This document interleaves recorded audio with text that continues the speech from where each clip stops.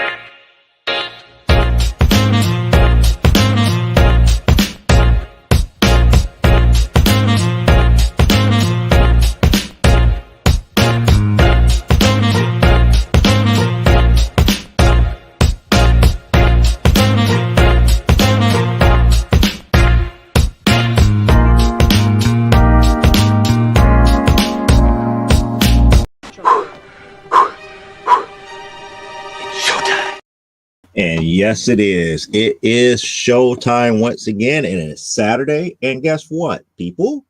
It is.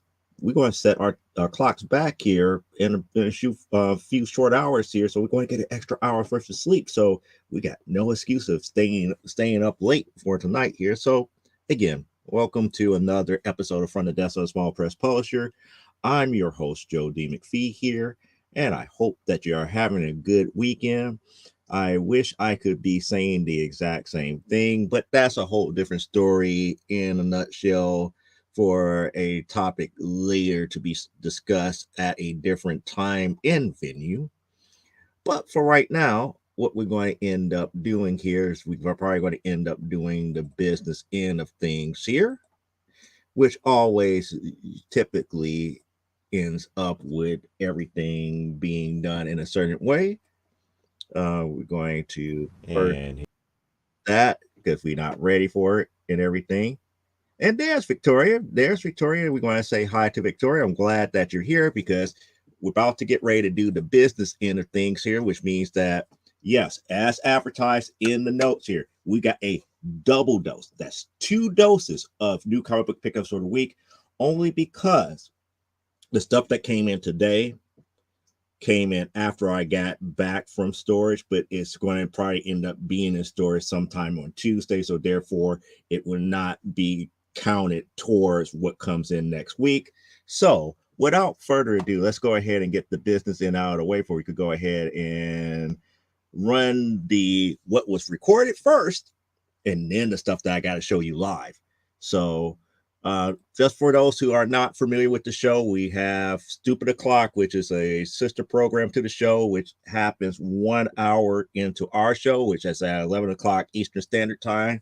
And that's followed up by Last Man Standing at 1 a.m. Eastern.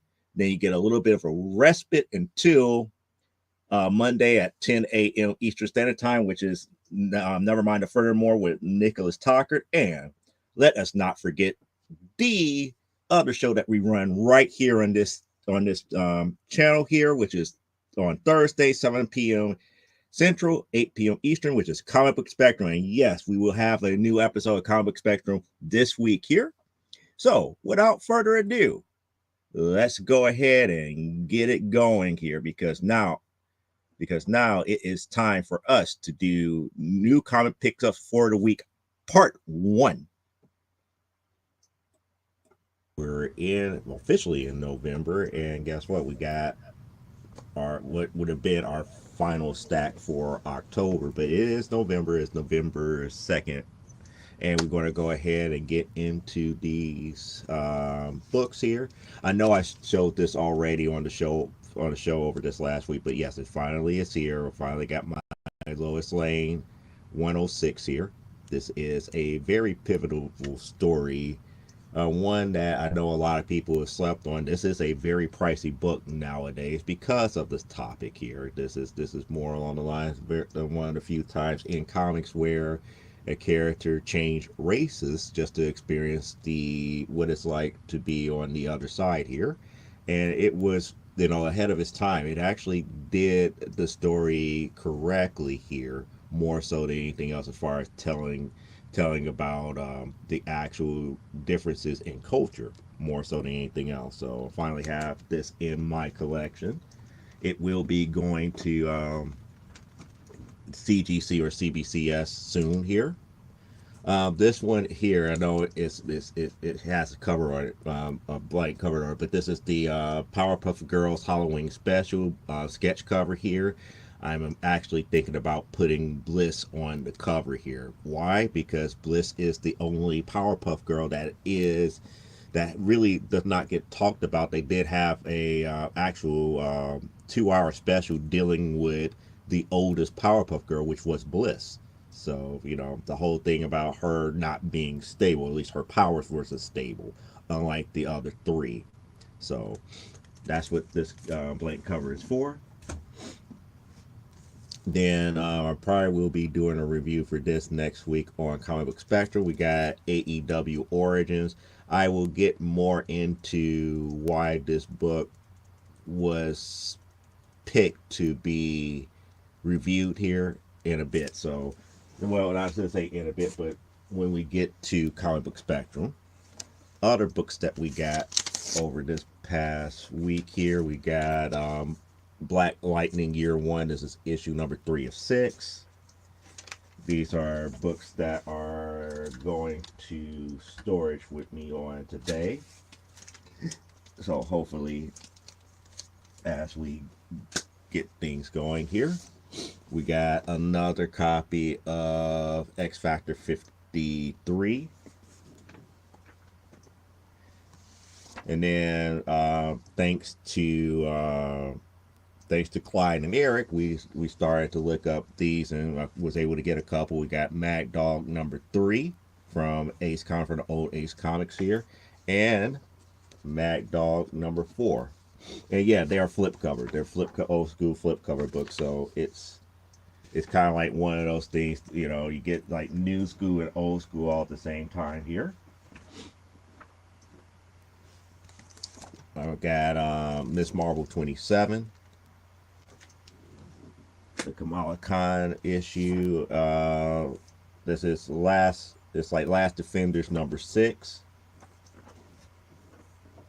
Now I don't have the full run of this, but this should make Elaine happy here. We got Lady Mechanica. This is the Sangre storyline here. This is issue 2 of that. We got another copy of Lethal Strike 0. Liberty Meadows number, Image First Liberty Meadows. This is the actual first reprint of the first issue of Liberty Meadows. And we got A-Force number 2 again. So now I definitely have a full run of volume 1 of A-Force. Avengers 285. And we're getting to all these different volumes that I'm still trying to separate here. Avengers 21, I forgot which volume that is. There's like 8 or 9 different volumes of Avengers. Avengers 11. Avengers 9. DC Special Raven number 2 and number 3. Another series that I'm going to take my slow, sweet time to actually invest in, because it is a weird series, but this is Promethea. This is issue number 29. Captain Marvel 1. And like I stated in an earlier episode of From the Desk, I already got the trade on this, the collected trade here, but we got some more. We got V for Vendetta number 5 now, and we got the tail end of the story, issue 9 and issue 10. So those are the last 2 issues for V for Vendetta. But I already had the trade, so I have read it, and I still enjoy it. And if I could get a full copy of it issue-wise, I'd be happy. We got Jane Foster Valkyrie number 7. We ended up getting some more Satellite Sounds here. This is issue 10 of Satellite Sound. And we got a True Believers Star Wars number 1 for one of the newer series. This is the Skywalker Strike series. Spirit 63 and Spirit 42. And then I got some copies of my guy Eel O'Brien now. We got Plastic Man number 3 from the 2004 run and issue number 11. Then we got issue number 5 from the Topps run of Cadillacs and Dinosaurs.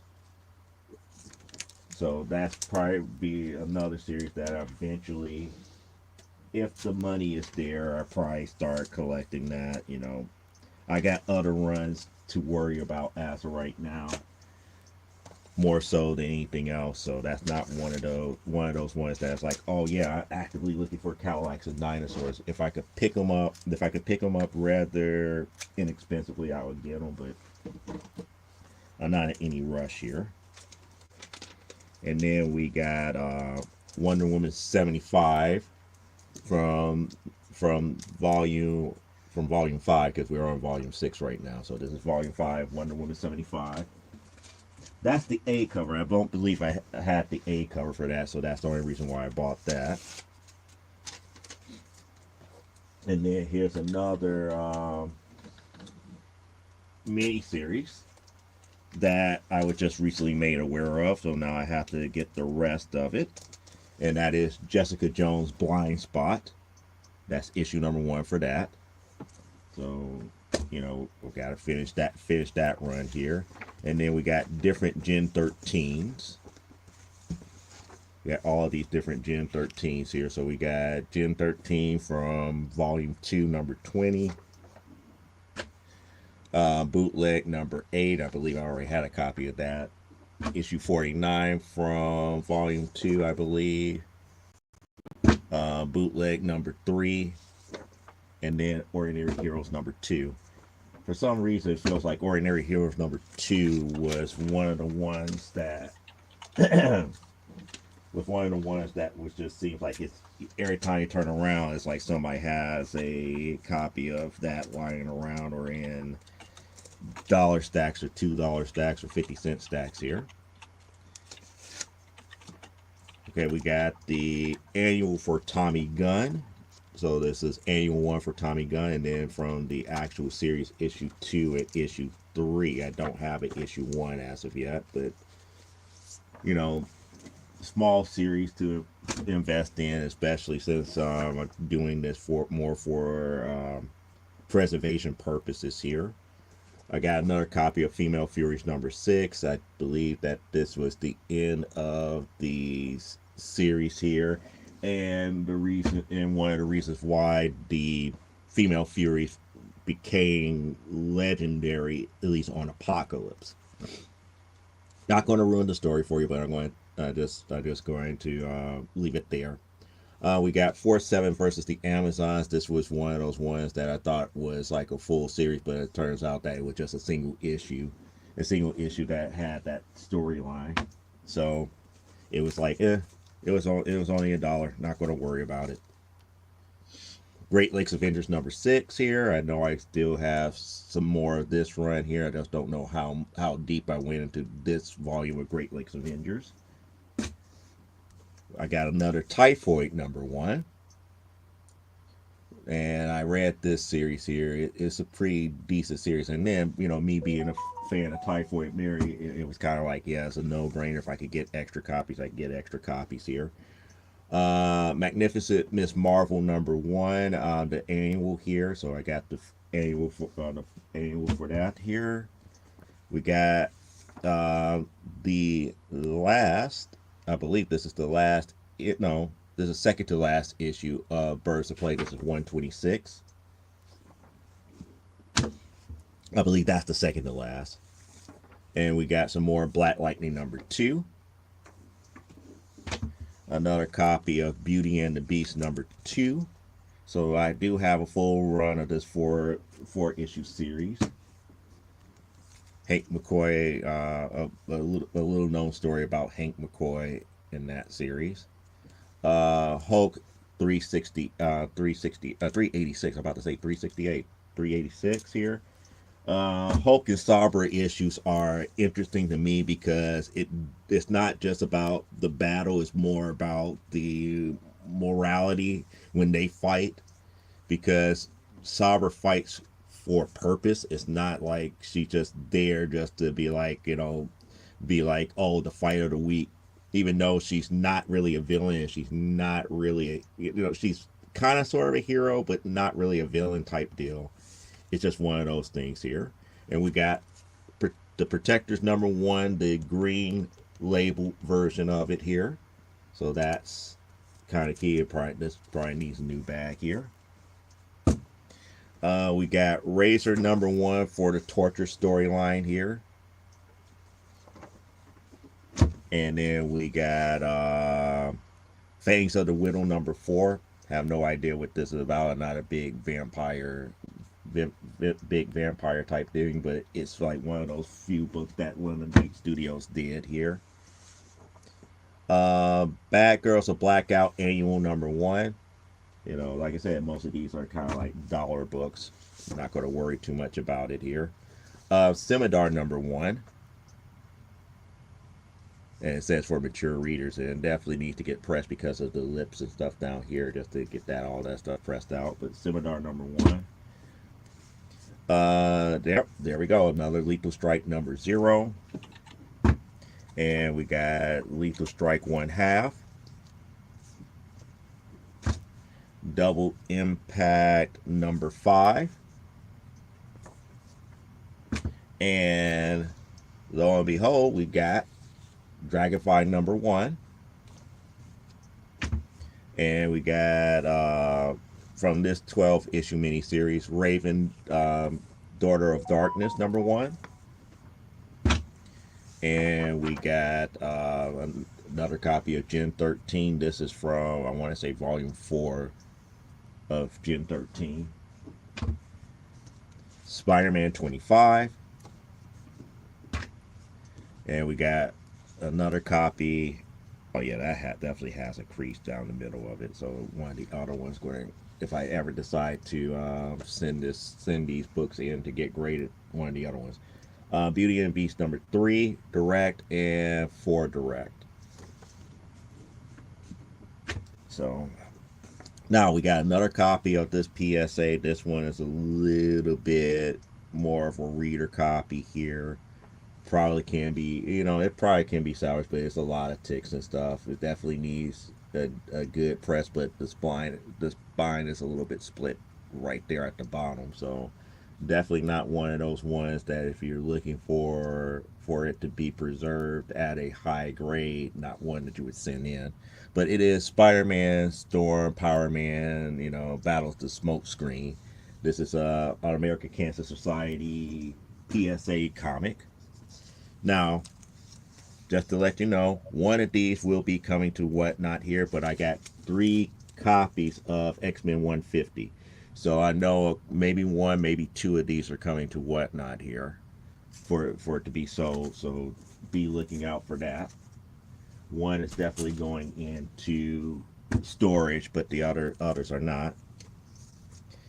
Debating if this is coming to a Whatnot show or not, because I'm not a big fan of something killing children, but this is something that I got for free for winning a giveaway. I believe this is to give you an idea. Well, I know it's something killing the children. I just forget which issue. It is something killing the children #14. So that's the exclusive version of Something's Killing the Children #14. That might be coming to Whatnot soon. So this might also too. This is the, well, maybe not. I don't know. Depends on my mindset here. Ghost Rider Final Vengeance #1. This is the Bryce Comics exclusive of of this particular series here. I mean, it's decent, but I'm not certain if I'm going to do that. Now, these two, definitely not. Definitely not going to be on whatnot because I like these here. But the bad thing about it is that I don't. These are New York Comic Con exclusives, and I just don't know which titles that they were from here. Okay, so this one right here, definitely not. It's definitely not going to get sold because this is Storm #1, gold foil with the eyes being foiled and everything. This is a nice little book right here. So that's definitely not getting sold. But that's Storm #1 for the most recent series. And this one here, I gotta be careful. This one here is, come on back. Oh, they're both Storm #1s. This is the Sleeping Giants variant of Storm #1, and this has the silver foil.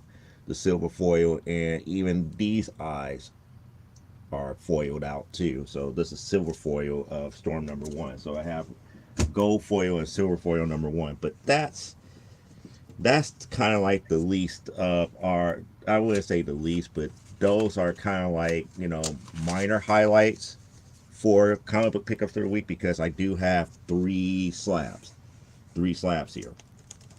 First up, we got What If Jane Foster Had the Hammer of Thor.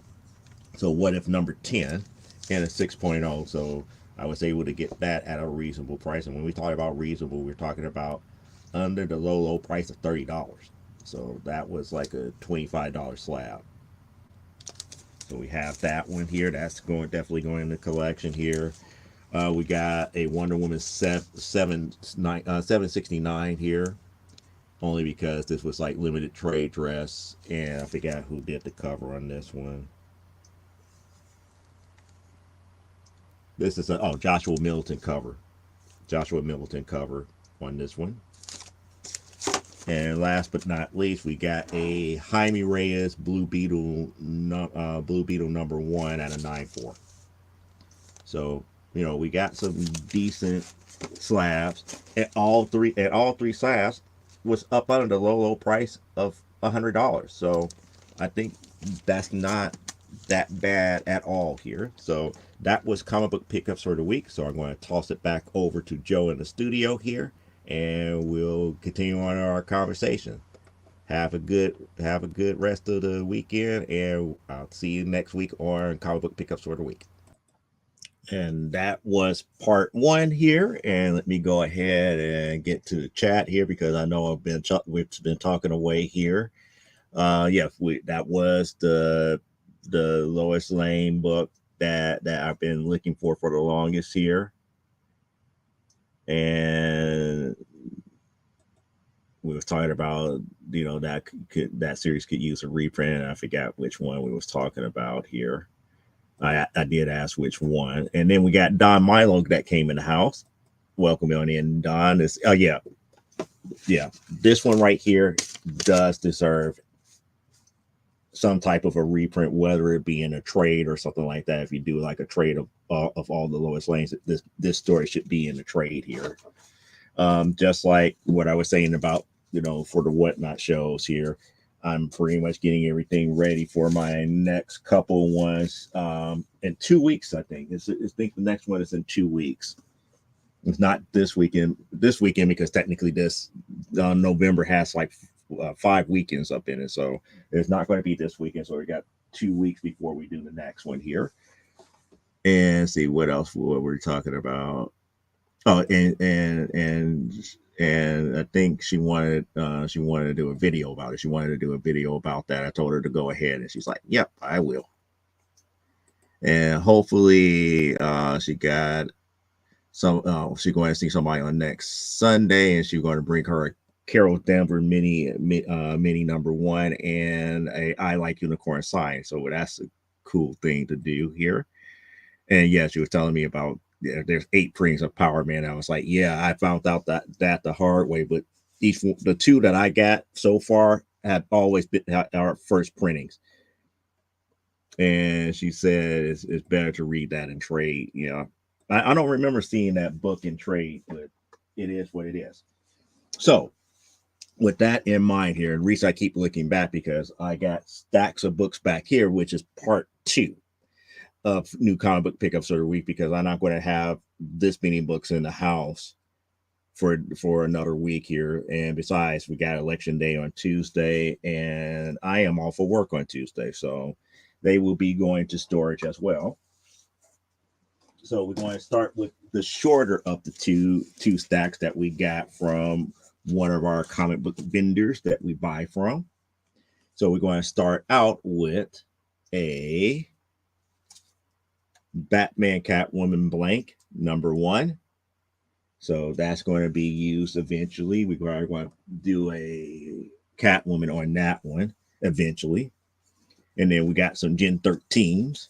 Again, I'm going to complete volume 2 of Gen 13. And it's you're going to see it seems like I'm getting, when people give me deals where it's like, oh, we'll bundle these together, it seems like they bundle the stuff that I already have with stuff that I don't have. So we got another copy of issue number 213, but I didn't have 15, so that was all bundled together and everything here. Got another copy of DC Bombshells #1, but I only needed I also had another copy of 26, so these are like duplicates here. We ended up getting another copy of Future State Wonder Woman #2. If you haven't read Future State Wonder Woman and you wanted to get a good idea what Yara Flor is about, issue 2 explains a lot about her, about how she is when it comes to her tribe. And I like how they did the story. So I give Jonelle Jones props for the storytelling in Future State Wonder Woman. And we got another free comic book day. This is the Wonder Woman #1 Rebirth special edition here. And the problem I don't like about that one, you know the problem with that here. This cannot be graded. Let me try to get the glare out of it. Whenever a comic book store puts their stamp on it, pretty much you could kiss a good grade bye-bye. So if you're a comic book store and you're trying to give away free books like this on Free Comic Book Day, please don't put your stamp on it until you know that nobody really wants it, because you got people who still would like to get this stuff type graded. So it is what it is. We got a Jim Lee version of Wonder Woman 750. And then we got another mini series of Lois Lane. So this one has to be pressed and unrolled here. So we gotta go through the whole pressing process. But this is a Lois Lane number 1 from 1986 here. And then here comes a lot of Catwoman that I was kind of sort of missing from the current volume of Catwoman, which I'm up here. It's like I'm getting happier and happier because I'm getting closer to catching up here. So we got Catwoman 39, 55, 58, 56, and another 56. So I know that they were out of order, but sue me. We got New 52 Birds of Prey #32. Again, getting closer and closer to completing those runs of Birds of Prey. I believe this is X Factor 17. And yes, that is Dazzler on the cover. This is the David Nakayama Dazzler cover. X-Men number 17. And there is Parallax. They say, okay, the last Power Man pricing has a different cover with the 90s costume. Exactly. I just saw that recently. And there's Parallax. She is finally in the house. So we got X-Men number 17. So that's a good thing. And then we got Mean Mugging Supergirl from Showcase 95. I was like, man, it's like, yeah, she's like really mean mugging and whatnot. Yay, Dazzler. Yep. And last but not least, we got another Life with Archie from this comic book vendor, and that's the pickups from that one. But yet there is more, and there's a lot more. Now I'm going to show the stuff that might be coming to Whatnot soon. Because why? Because these are titles that I really don't collect, and I really don't see myself really trying to keep them unless there's like, you know, something else, you know, I have like a whim just to pick up the series for out of nowhere, but I don't see that happening. So we got a Darkwing, Nightwing. I'm about to call it, says Darkwing. Nightwing number 30. We got Blade of the Immortal number 79. All of this stuff is coming to Whatnot. A Superman 85. Batman 96. And yes, that is a Catwoman cover here.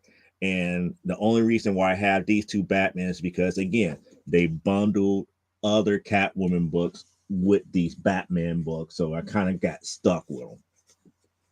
Because again, I would not normally pick up Batman. I don't buy covers like that.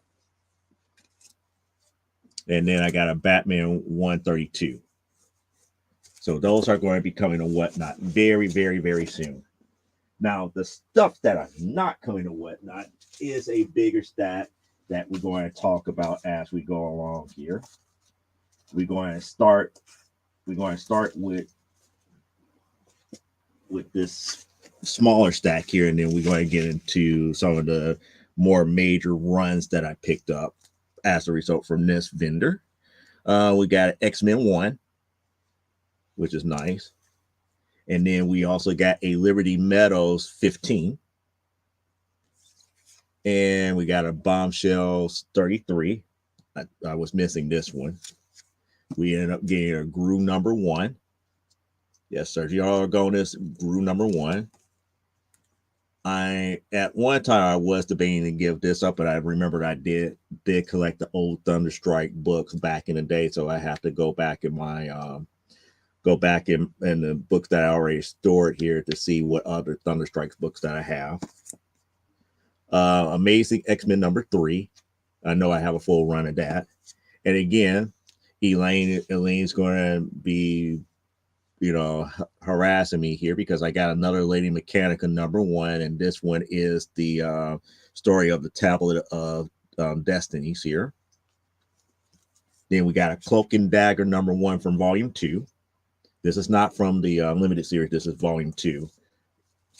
And then we got Spider-Woman 31. Now, I had issue number 31, but this one is the direct one. The one that I originally had was a newsstand, so I have that now. We got another Wonder Woman Day number 1 special edition. Again, all of these rebirths are retellings of the either Wonder Woman Rebirth number 1 or the actual volume 5. And then these are extra copies of, well, actually, I take that back. One is not an extra copy, but I know this one was the extra copy, Wonder Woman 83. I already had a copy of that. I already had a copy of 766. But surprisingly enough, I did not have 767, which is weird. At least that's what, you know, CLZ told me here. And then we got Gen 13 bootleg. Now, these Gen 13 bootlegs I did not have. So we got Gen 13 bootleg number 14, 15, 18. And then I got from volume 1 of Nera X. That's issue 1 and issue 2 of Nera X. So I have not really read Nera X, so that's going to be something that's going to be in storage, but eventually I'm going to get around to reading it just to figure out if that was a good character or not. Now, like I said earlier, one of my goals is to complete my Gen 13 run that I have. And it's weird because I have all of volume 3, all of volume 1, and most of volume 4. But I was missing a big chunk of volume 2, and I don't understand how or why. So I started back to really focusing in on getting Gen 13. Now, from this particular vendor, they sold me a set of what they thought was 1 through 4 of volume 1, and it turns out that it was 2 through 4, because the number 1 was really the number 1 from volume 2, and the 0 that they had up in there is the 0 from volume 2. So, but nevertheless, I'm still happy with the purchase because I got another issue number 2, number 3, and I ended up picking up an extra copy of number 4. So I think I have like 3 or 4 number 4s from volume 1. So that's all fine and dandy. But now I am catching up with a lot of the stuff here with Gen 13 from volume 2. Yeah, I got another volume 0. That's fine. However, I didn't have that issue number 1. That's the issue number 1 I didn't have. And I also didn't have this volume issue number 1 from volume 2. Now, mind you, volume 2 of Gen 13 had 13 different issue number 1s. Now I think I'm up to about like 5 or 6 of them in having them in hand. And I did not have this one.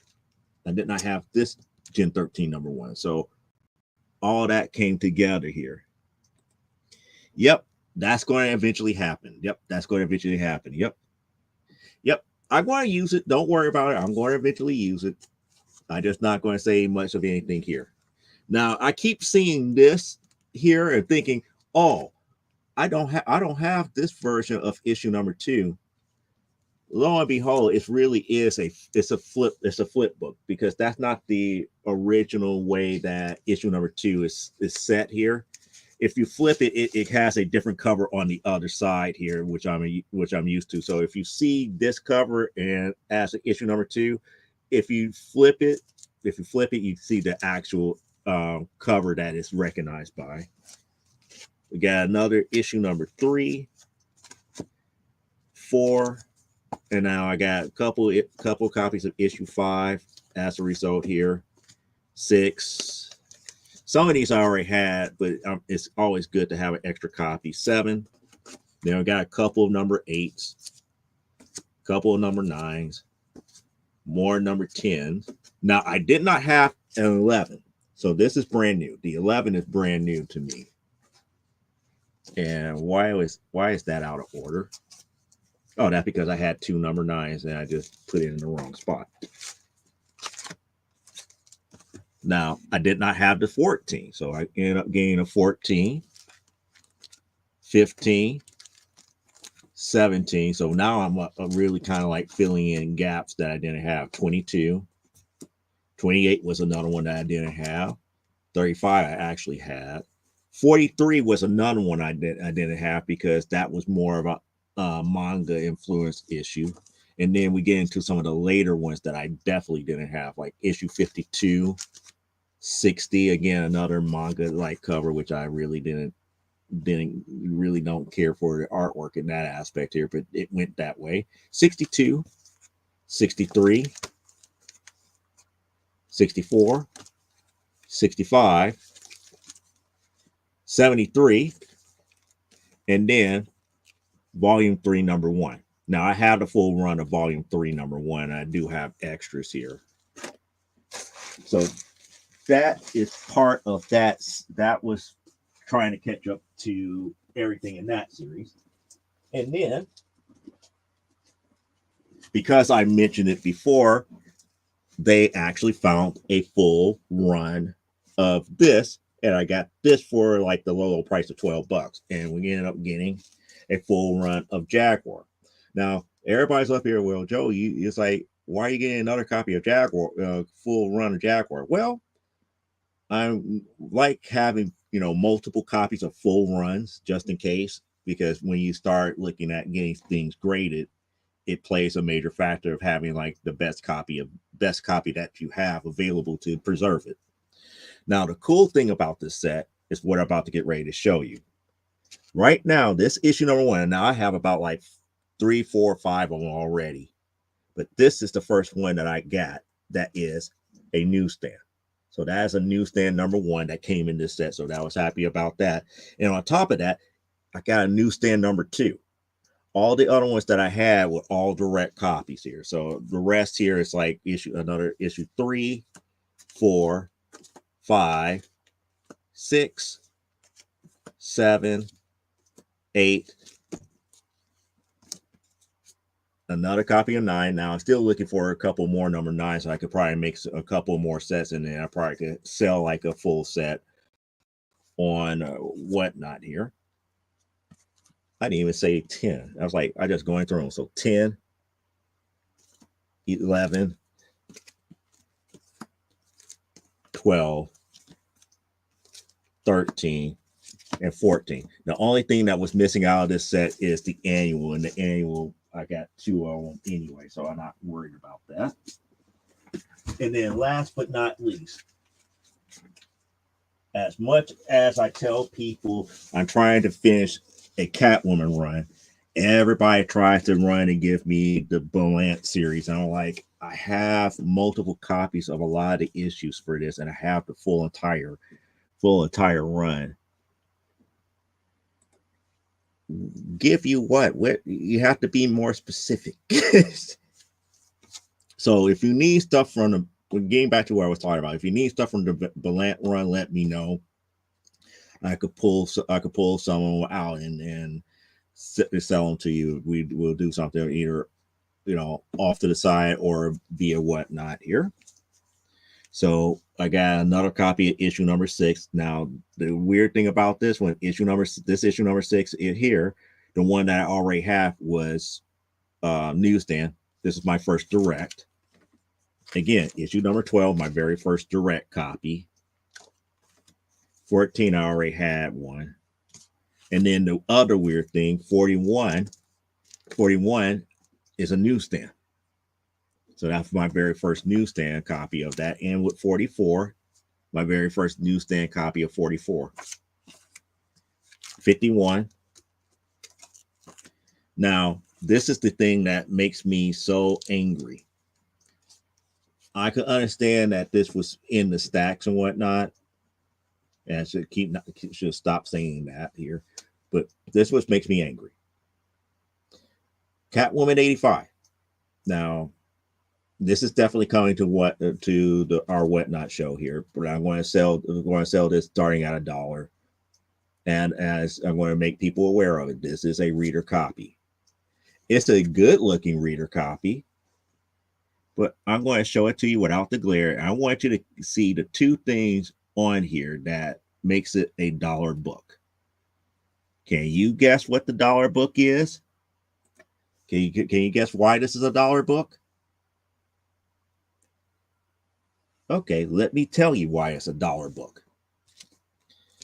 Sticker number 1 and sticker number 2, they're not on the bag. They're on the actual book, which ruins the cover. I was curious to see if I could remove this one. I started the process. I was like, nope, that is on there good. I am not ruining the cover on here. I just might as well go ahead and put it to the side to put on Whatnot for $1. I mean, it's not the comic book vendor's fault that I bought it from. It's just the people who bought it from somewhere else and he eventually bought it. It just, I kind of shake my head about how people treat books from time to time here. So continuing on with the Catwoman stuff that I got here. Stuff that I got, I know I got a full run of New 52 Catwoman here, but these are extras. So I got the extra number 9, the extra 13, the extra 14, 27, 28. Now that one I kind of like here because it's like it's just that's just weird. It's almost like it's almost like she's finding herself with, except one is more in a Robin suit than anything else. Now, The rest are books that are actually missing in the current volume of Catwoman that I really, really need here. Yeah, that's the way that I looked at it too. It's like once I really paid attention to it, it's like at first I was like, oh, it's on the back, I can remove it, and then I opened it up and I was like, yeah, that's $1 book. That's $1 book all day. But when you buy the stuff in packs, you don't really pay too much attention to it. It is what it is. But from the latest volume of Catwoman, books that I was missing here. So we got issue number 10,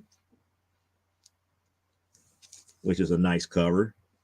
And then we got issue 11, the more dark and gritty cover. 13, You're the Villain. And then we got a 19. And then you got a number 20. And then we get more back to the A covers of 29, 30, and 31. But that all came today here, and it was weird because it came while I was at storage, or else that would have been a part of tonight's video. So those are probably going to end up going to storage probably Tuesday, shortly after I get back from voting. But that's pretty much everything. So that was part 2 of comic book pickups for the week here, which brings us to the topic about, where I was saying here, so many comics, so little time, because when I go to storage and I sort through this stuff and start getting them into CLZ and really really gauging what I actually have here. And at this point, in CLZ, as of right now, the stuff that I have already scanned in, plus the stuff that I scanned in as they come in, I'm already over 9,000 books, and we're still counting. And we're still counting because I haven't done like every Amazing Spider-Man. I have not done every Thor, every Captain America. I've been working on Avengers because I'm finding Avengers issues all over the place. I haven't even done Flash. That was another series that, I used to get very heavily into, and I'm ready for a certain person to go boo, which is Legion of Superheroes was another one. Legion of Superheroes and Legionnaires was another series that back in the 90s that I was like heavily reading. Not to the degree where I was like invested like I was with like a Doom Patrol or something to that magnitude, but I was reading it enough where it was second nature, just like with Flash. Flash, when it got away from Barry Allen and with Wally West, I was reading that, religiously, because Wally to me was amazing because, again, he had the tutelage of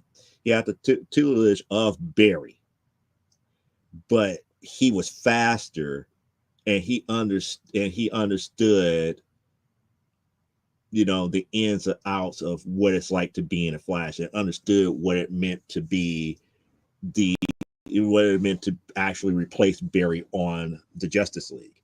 And that was really kind of like the major thing that sold me on Flash, because if as much as I complain about there's a lack of passing of mantles in comic books now, the perfect passing of mantle was between Barry Allen to Wally West, especially before they killed him off the first time.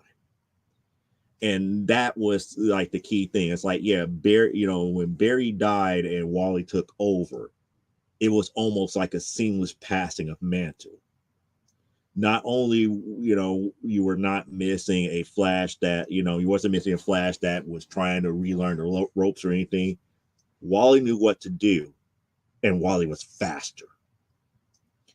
I mean, when I say faster, it's like there have been issues where Wally has saved nations of people. And when I say nations of people, I'm talking about whole countries of people from a nuclear blast by hand carrying each one of them in under like nanoseconds.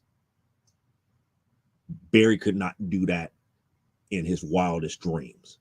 That's how fast Wally got up under Barry's tutelage. Those flash runs were the ones that I primarily kept up with, and then Barry eventually came back, and I just kept buying them just because it was just Flash.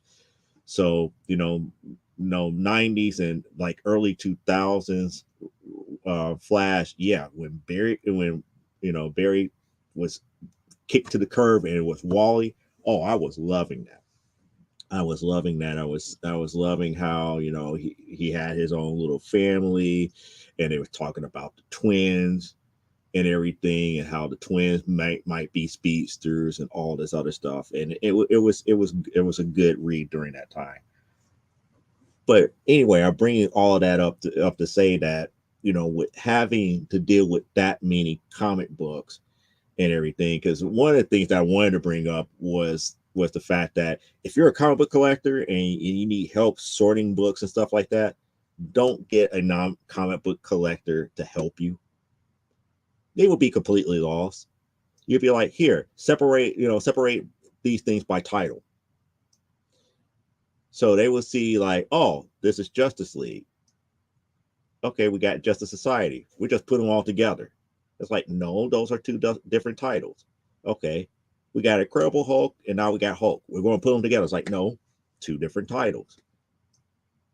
Okay, we got New Avengers and New Avengers, but the logos are different. It's like, those are two different volumes. And it's like, why are you going through all of this? It's like, because that's how we have to keep up with this type of stuff, because just because it's the same characters and stuff, the volumes and stuff do change, and there's so many different volumes and all this other stuff that it's just not easy to keep up with. So when you're dealing with people who don't collect and they're up here, it's like, hey, I got time, let me go and help you sort this stuff out. They'll be like, okay, here, I got this box done. It's like, well, what was primary in that box? Oh, I got Captain America. And you go back and look at what they did. It's like, oh, you did not really help me with sorting this. You just like, it's all Captain America. It's like, I hate to be the bearer of bad news, but it's not really just all Captain America. There's different versions of Captain America up in here. But I'll go ahead and take care of that. Just get them in the order as best as you can. So they were up here. I was like, well, I got all the X Factors together. It's like, but there's different volumes of X Factor, and you just can't lump them all together. It's almost hard to get people to understand how different volumes go into play. And it's like for example, I was looking at Red Sonja, especially when you get to Dynamite. There were so many different Red Sonja titles. It was like, why are you getting upset? They're all Red Sonja. It's like, they're not all the same volume. It's like, what do you mean? Go back and take a look at them. And it's like, well, all of these are number one for the same character. It's like, no, those are different number ones for different volumes.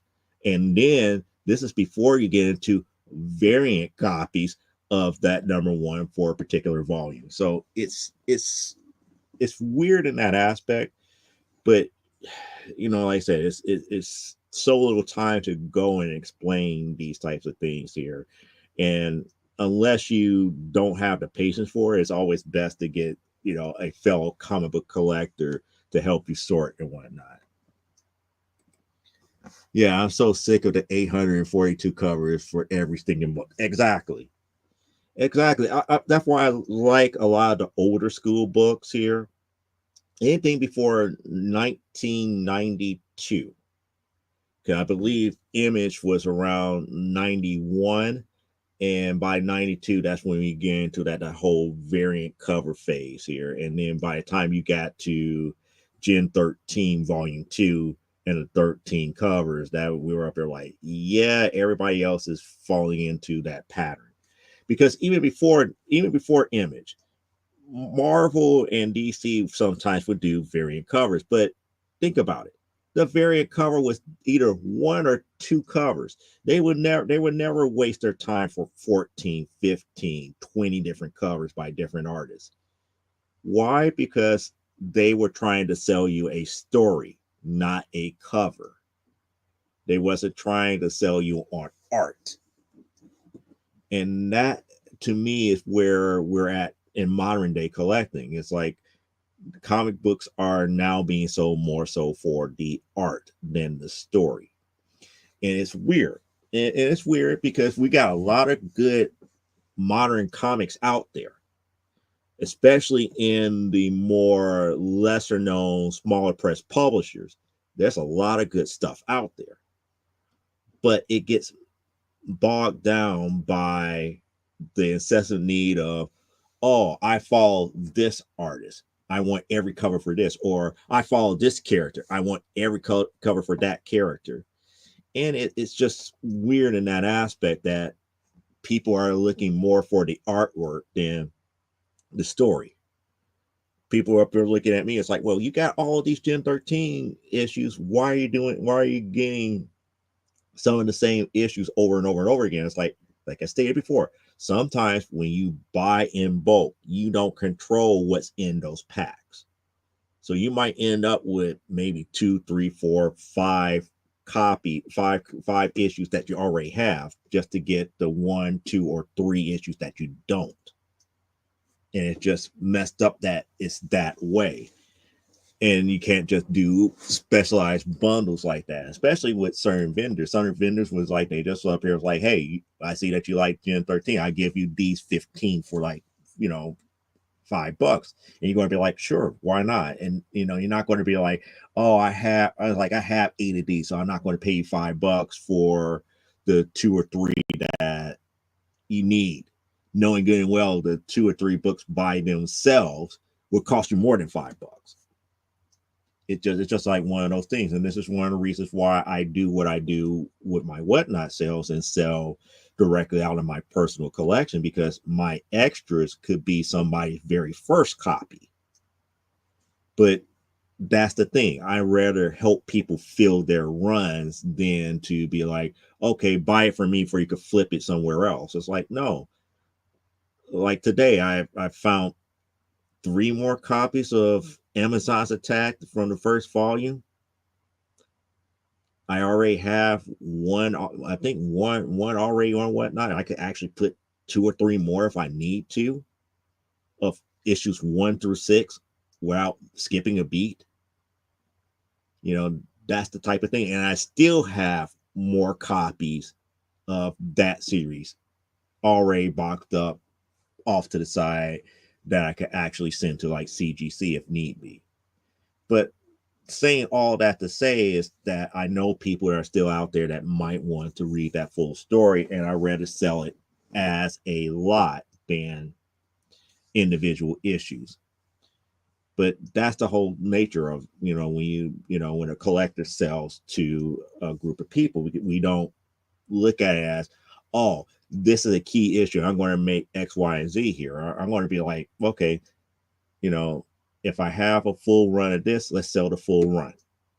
That way there's no questions and qualms about what was missing, what is not missing. If you got a full run of it, sell the full run of it.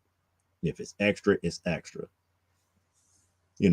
That's one of the reasons why, you don't see me up here, running around with my head cut off, because it's like a lot of these key issues that a lot of people are chomping at the bit for. It's like, yeah, I got a couple of copies of that. Like First Gambit, I know I got 2 copies of that.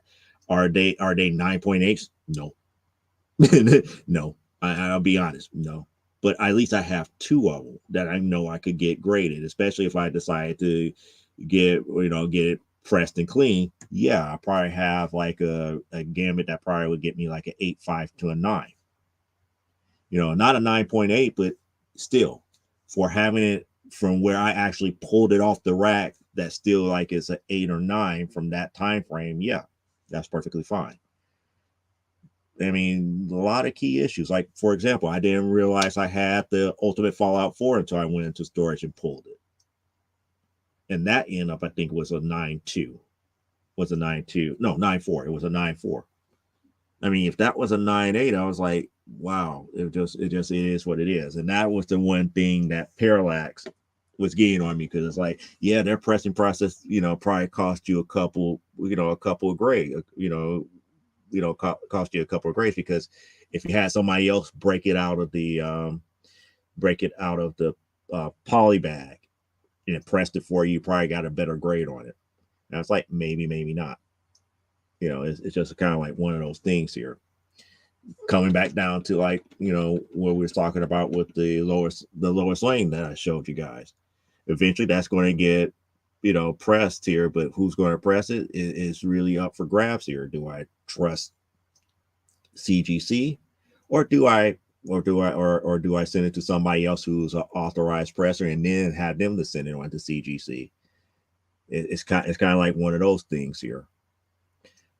But that's the reason why it's not a lot of time to dwell on it, because you have to like get this, go through, sort the stuff out, and then once you have it sorted, you can see it's like, well, I could do without this, or I could do without that, and then you have to see how much stuff you actually have here. And like I said before, I'm going through boxes, and like a lot of the mystery pull box stuff that I bought over like the last 4 or 5 years, I'm looking through that stuff and it's like, why haven't I brought this stuff to Whatnot? Because I really don't care. I really don't care about these books. These are not books that I would normally buy or will hold my interest. Now, there's some stuff that I've got in mystery pulls that I was like, yeah, let me read it. It kind of grew on me. It's like, you know what? Eventually, I might get around to collecting that. But the majority of stuff, no. That's just not me. It's like, I go into and this is why I don't like mystery pulls all that much. It's like if I send you that CCS paper, I'm going to disown you. Yeah. Again, like I said, it's like we talked about it. We actually talked about it, because again, I'm one of those people who's like, I have to know the individual before I be like, yeah, before I trust you with a big book, let me see what you do with a insignificant book. And in this case, it's more along the lines, I don't have that option here. It's either, hey, gold stamp of approval over here, or the home team type deal. And I was like, I don't like what the home team did. Well, I take that back. What the home team did for my grades of interest 80, I'm like, this. What they did for my Wonder Woman 204, I go like, okay, I give it to you. It wasn't the best cover going in, but at least it looks way more presentable, and y'all ding me a grade or two because of it. That my grades of interest number 80, it was sold to me as a 1.5, and it came back as a 4.5 after CSS paper. So that's why I'm saying I just don't know. It's like maybe they know what they're doing with the older books, but not for the modern stuff. And it's just weird. But this one, like I said, I'm going to hold off until I can make a good informed decision. And trust me, Parallax has making me very informed as far as what's really going on behind the scenes dealing with the pressing aspect of it. And one of the reasons why I want to learn how to press on my own. I mean, some of the cleaning stuff I can do. I could do like the minor stuff, but the pressing is something that I have to go ahead and buy a press. I have to get the right equipment and everything. But even before I buy a press, I still have to buy another Sterlite bin, actual rack, some PVC pipe, and before I can make my own my own humidity chamber for the books. But it is what it is. It is what it is. But again, that goes back to the so little time, because we all got books that we want to try to preserve the best that we can. And then with me, I'm up here trying to complete collections of stuff here. Like, for example, I have 2 full runs of Jaguar as of right now. And when I say 2 full runs, I'm talking about 1 through 14 with at least a copy of of the annual to go along with them. Can't beat that with a stick here. I like with some of the stuff that I really don't know too well about, like for example, Lethal Strike. I think only one I'm missing is like an issue issue one half. I think it was like a weird one half cover or something like that I'm missing. But I have a full run of that from London Knight Studios now. The Nearer X is another series that from volume one. I'm going for volume one, but those are series that I'm going to try to pick up later.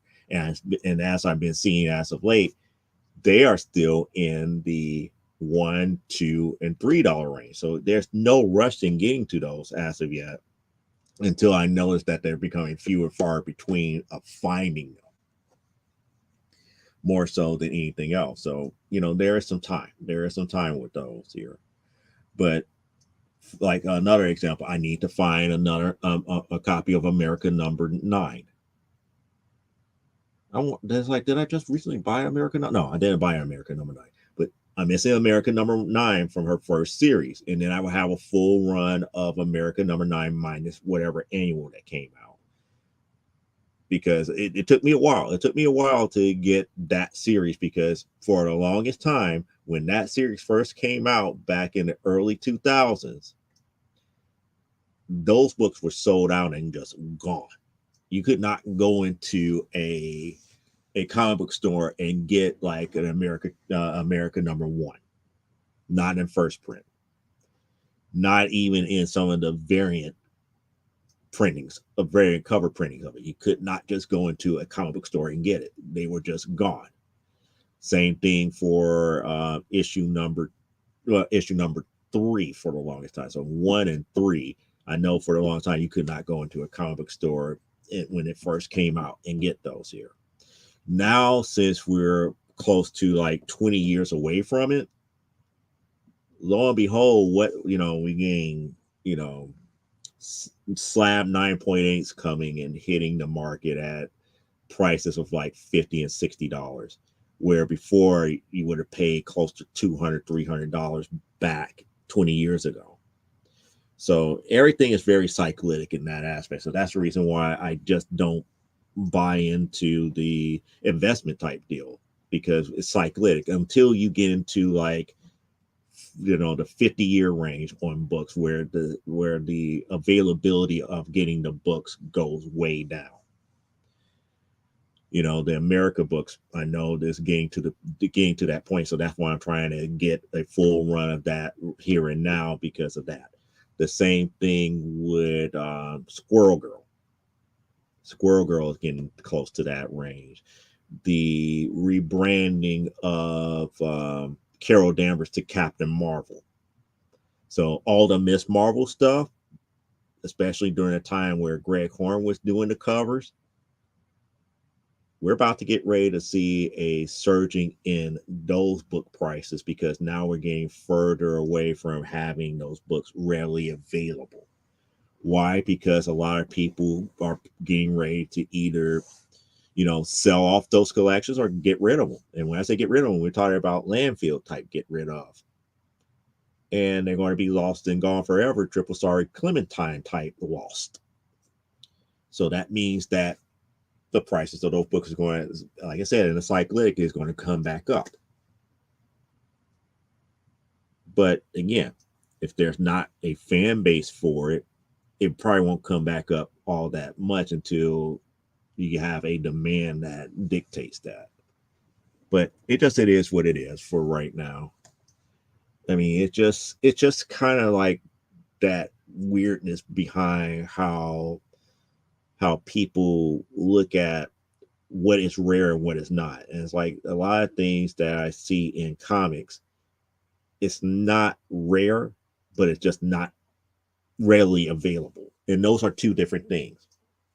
Rare would be like a All-Star Comics number 8. That's rare. And it's rare because we know that there is a shrunken amount of copies available from the 1930s.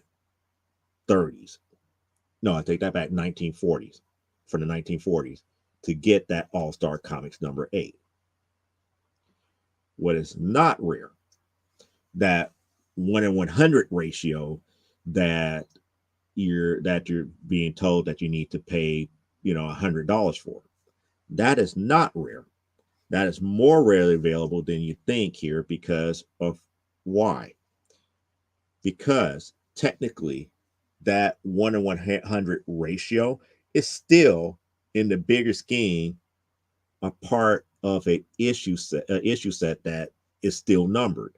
So that 1 in 100 does not stop you from getting that issue number 3. It just only stops you from getting that cover.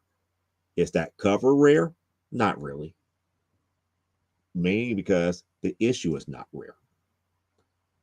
The reason why the issue is not rare because you can still rarely get that issue number. So that 1 in 100 variant of issue number 5 that you're paying $150 for, you might want to think twice about it, because as long as you have like a good cover A or a good cover B rarely available, your price on return for that 1 in 100 issue number 5 won't skyrocket until the availability of the lower price covers goes away.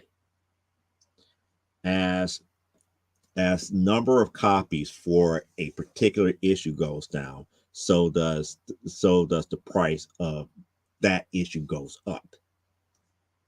So it's just like people fall for what I consider manufactured rarity. 1 in 25 should not cost as high as that. A 1 in 50, a 1 in 100, or a 1 per store. That is building into that natural FOMO that some people have, because we have to have that exclusive thing that nobody has, without thinking about the fact that there's still how many copies of that cover A and cover B to make that one issue worth more. So think about it. If you buy into a 1 in 100, are you planning to keep that book for 60 years or more? If not, why are you buying it? Why? You're going to, and if you're a flipper, on top of that, do you realize that your time frame from the time that you buy it to the time that you flip it is so short that you have to be on the cusp and echelon of getting it, putting it out there, and having a buyer. So that means you have to know people that are like you, that really wants it that bad, or even worse than you, to buy it from you at the higher price point. This is one of the reasons why you have all these books sitting out there on eBay for as long as they have, because they don't move. I was like, oh, I got this 9 point, I got it, I graded, it's a 9.8. I'm going to put out there on eBay for like $600. It's like, yeah, it was $600 3 weeks ago, 4 weeks ago, 2 months ago. Your book missed that bubble to get to earn that type of money. Now, here's the problem that you have. You can sit out there and rot on eBay until you get that $600, or you're going to have to make some adjustments and hope that you can recoup what you paid for that book. That's just the nature of the beast on that. And again, that shortened time frame for flipping is just that here. That's why it's easier to go ahead and flip older books, because people know about, if they're in the know, they know about the actual, if I could say issue count that might still be in circulation as of right now. That's like today I watched a claim sale, and I was actually shocked by this. Someone actually pulled out a volume 1 Wonder Woman 206, a 9.8. At first I was skeptical, but this person is reputable. So I was like, okay, you got a 9.8. It's a Wonder Woman 206 from volume 1. So this is a book from like the 1970s. 9.8. Hard to come by. Yeah, he had the price at what I would consider at a fair price. But here's the problem. Not too many people in this particular economy would buy it at that price, mainly because they can't really afford it like that unless they had the means to do it. It's like if he would have came out about tax time when people were getting their refunds, people would scoop that book up like that. Especially since it was a bondage cover, gone. As soon as he said, I have such and such, and it's a 9.8, it's like claim. Now, around this time, around Thanksgiving and Christmas, most people discretionary spending would probably be on trying to get Christmas presents for somebody else. I don't know people who are willing to spend 4 digits on a single comic book, let alone a graded comic book at a 9.8. But that's just me. But enough of me talking. What are you guys thinking here outside of people threatening to disowning me? What you guys are thinking out there? Because, like I said, I'm been in this quandary about my collection here, and to be quite honest, I'm prepping my collection for more of a museum type tour than reselling. So a lot of times when I buy multiple copies of the books, it's just mean that I'm going to have at least 2 or 3 on hand. Well, I shouldn't say 2 or 3. It's more like 4 or 5 on hand for like at least 2 or 3 to be out there on display. Not in the same venue, but in some form or some fashion. We might have like a traveling show that goes over here, and then we have like an actual gallery that we have our main collection there, stuff to that magnitude. But that's what the goal is. But that's the way that I'm looking at things. Again, more about the preservation than flipping. But what are you guys thinking out here? I'm up here curious. It's like you guys are being quiet on me here. Normally you guys would be talking my ear off. Or are you guys up here just getting ready to enjoy the extra hour worth of sleep starting at what, 2 o'clock this morning? 2 o'clock a.m. this morning, or 3 o'clock a.m. this morning, when everything falls back here? I don't know. I'm just up here trying to figure out what's on your guys' mind. So while that is happening, let me go ahead and use old school the old school FO eraser on a couple of these books while we talk here. Because I'm up here more along the lines like, everybody's up here, kind of making it seem like comic book collecting is easy. It's not as easy as you think. And in addition to that, it's not something I could say, for those who are trying to do this as an investment. Because if you try to do this stuff as an investment, you're going to be very, very disappointed on some of the returns here, especially if you're doing it, especially if you're doing it for a quick return, because you're going to find out that time is of the essence, and it's always best to line up buyers right away. Just because you got a hot book does not necessarily mean that the buyers are going to be right there chomping at the bit to get it from you, because again, they have to know you, they have to like you, and they have to know that you're not trying to rip them off. And then you also have to be on platforms where it's trustworthy too. That's why everybody loves eBay so much, because eBay has like all the buyer protection and everything to keep people somewhat happy. But yet there's still a lot of scammers out there that could post and repost things and give the illusion that they're on the up and up.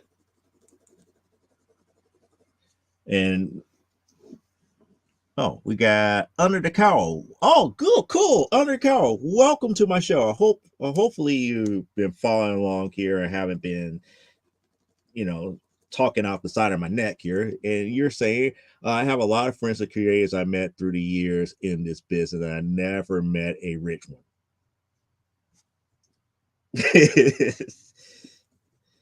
And again, I could take the comment, I could take that comment as subjective, but I get what you're saying. Me as a creator, you know, part-time creator that's trying to become full-time because again, I'm getting closer and closer to retiring from my 9 to 5. And as a collector, we don't get rich off of this type of stuff. We're hoping to have a creation that catches on where we can make money off of it. And when you say it can make money off of it, we're talking about with intellectual property rights, not with something that can be mass produced. Because again, anybody could come around and make you sign a contract and be able to copy your stuff and sell it. But the thing about it is, it's not about what you do and how you draw it and everything. It's about, do you have the rights in the long run to dictate who can copy it and who can do whatever they want to it.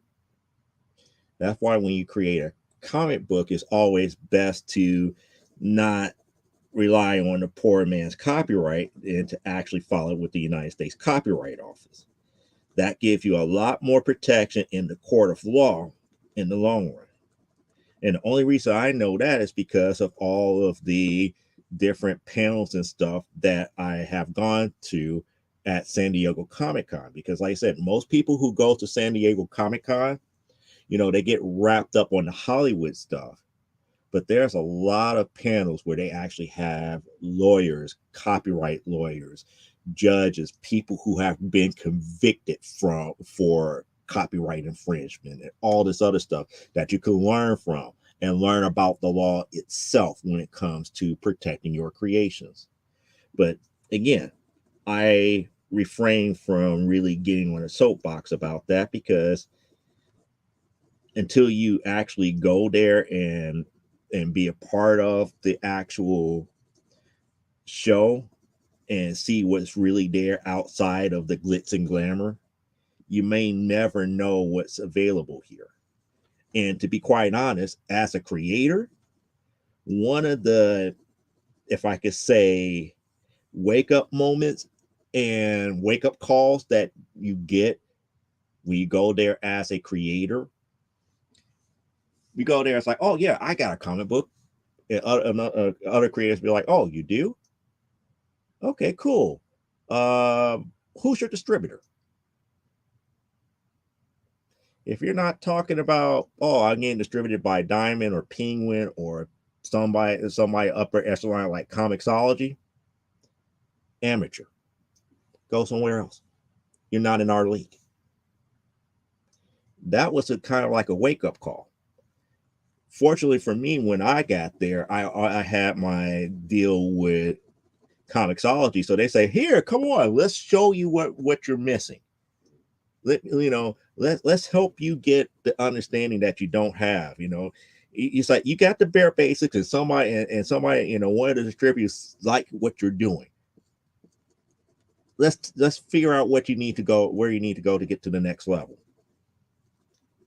So that's one of the things that people may not talk about in a lot of different aspects here when it comes to this industry. But like I said, that's a different topic altogether than what we're supposed to be talking about tonight, which is, so many comics, so little time. And the reason I brought that topic here is because I'm just always thinking about how I'm always spending Saturdays at the storage area and Saturday mornings where I could still be sleeping and doing all this other stuff. Like even creating Doomazonia, which I'm about to get ready to start shortly after this show here, because I have nothing else better to do but to draw here. See, Fallout Eraser never fails. So I'm moving on to the next book here. But that's kind of like the thing here. And let me see, we got some more comments here. we got smiley face. I wonder what the smiley face is for here.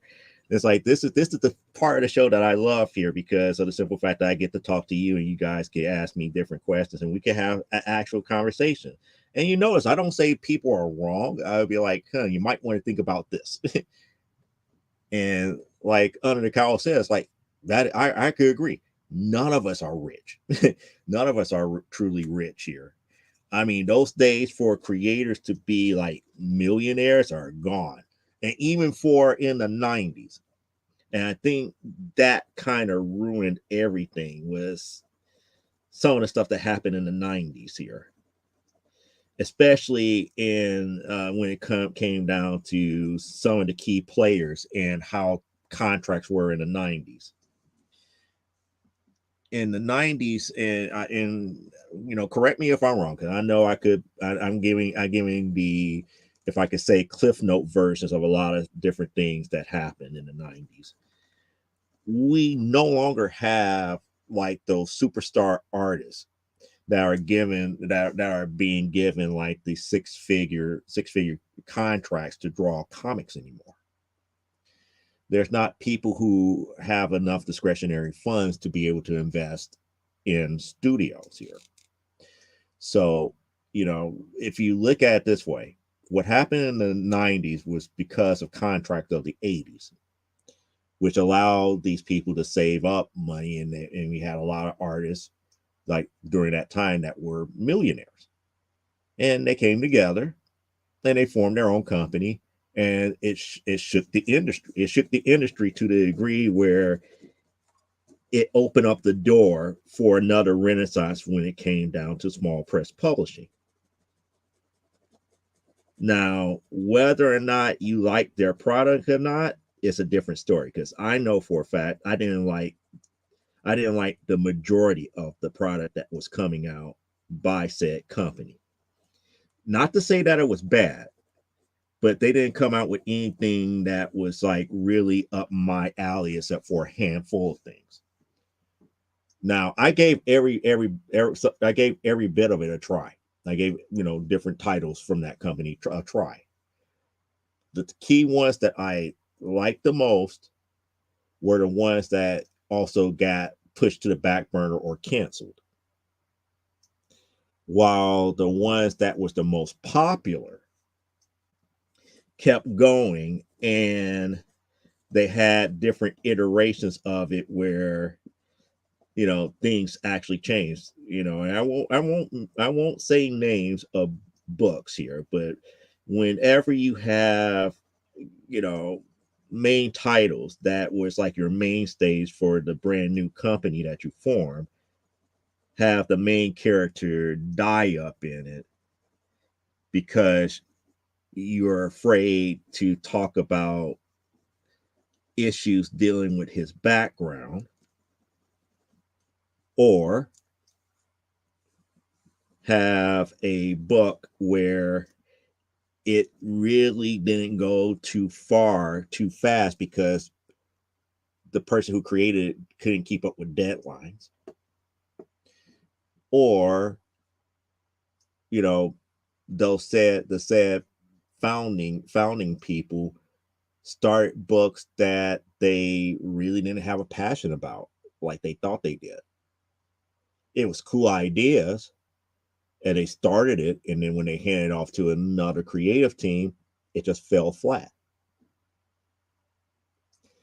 You guys know what company I'm talking about here, but it is what it is.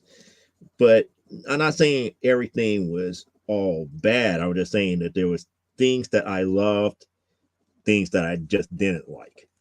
And the stuff that I didn't like kind of outweighed the stuff that I loved.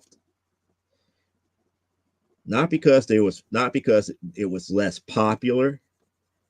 It was just more along the lines that the people that was working on those books made a name for themselves outside of that company. And you guys know which ones I'm talking about without naming names. And some of you know exactly which ones I am talking about because I have made mention of said people on here with their mainstay product that eventually found a home somewhere else. So if I'm lying, prove it to me. But nevertheless, Undercow is correct. Those days are gone and over with. And the people who are there in these roles now that are more popular, they're not really making a whole bunch of money. They're making a good living, but they're not making the same amount of money as those people who did that here. And Undercow was saying, I see friends starting out with their first comic and they're doing shows and are lucky to pay the booth fee, and then I read a big name company book and it is rushed and it is Undercow. Yes, and I hope that you start watching me from now on. You are correct on that. You are correct on that. The bigger companies are rushing everything, but also the bigger companies are missing a person that goes by a 6-letter term called an editor. Bigger companies no longer have the old school editors from yesteryear. And people, used to shun the whole thing about what a true editor does and everything like that. Everybody thinks that, oh, an editor just is the one that just proofreads the book. It's like, no. A true editor for any type of project like what we do in the comic book industry, they do managing of talent, making sure that the story stays coherent throughout the whole thing. So it's just more than just like, oh yeah, you're missing that semicolon, or you're missing this period, or the tense of this is wrong. No, they go back, they reread, they read and reread, they look at these pages over and over and over again. They go back, it's like, you might want to change this because here you're changing the story to this degree to make it sound like this when it's really supposed to be that. Comics don't have those type of editors anymore. All of that is now left up to the writers and the creative team. So you got a lot of mistakes now, more mistakes now in comic books than in the past. And you got, books and stuff that just read totally wrong for the type of story that they're trying to tell. And that's one of the reasons why you have the things that seems rushed, because again, there's no editors there to say, hey, Mr. Artist, you got 2 weeks to get me those 14 pages here, or else we're going to have to go with, or else you're fired and we have to go with somebody else. Because if you delay this book another time, kiss your job goodbye. You got to sit down, buckle down, and give me those 14 pages. And this is before we actually have to sit down and look at them and see what we got to change on them. Mr. Writer, you're a month behind on your writing. We wanted issue number 23 now. I don't care if we are on issue number 4. We want issue 23. You're supposed to be at least 20 issues ahead of us when it comes to the actual art. Why aren't you working on issue 23? If you can't keep up with that pressure, we could go with another writer. Those are the types of things that are missing today in the bigger companies. Not to say that there's not editors there, but to the degree of where they're caring about the product. The smaller companies like myself and others, we're still caring about what we put out there. We're not just up here. It's like, oh, I could make it was like, for example, I could have been done with issue number 5 for primetime Saturday night. But no, I'm putting my all into it. I'm taking my time to make certain that everything looks right. I could rush through that and put out, another issue, within like 3 months time. But why? You always want to put your best story forward. And when you're going from issue to issue to issue, you try to make that your next issue you know, looking more stunning than the one that came before it. You want your stories to be more powerful as you go along, not meh as you go along. But that's just me, you know, that's just me as a whole here. But that's getting to, what I would like to see in companies nowadays, as opposed to what is actually being given to people by bigger companies, and even with some of the smaller companies now. You know, sometimes some of the smaller companies pay these bigger names these big assorted sums of money just to work on their book, and those people just don't have the same passion for that book as they do. Not to say that the bigger name artist is trying to rip them off, not by any means. That's not by that don't mean as a whole. It's just that, to me, your creative team should be just as much as invested as you are in the project. Yeah, that's one of the reasons why back in the day, a lot of artists and writers and stuff did not have a bigger slice of the pie back in like the 40s and 50s and 60s.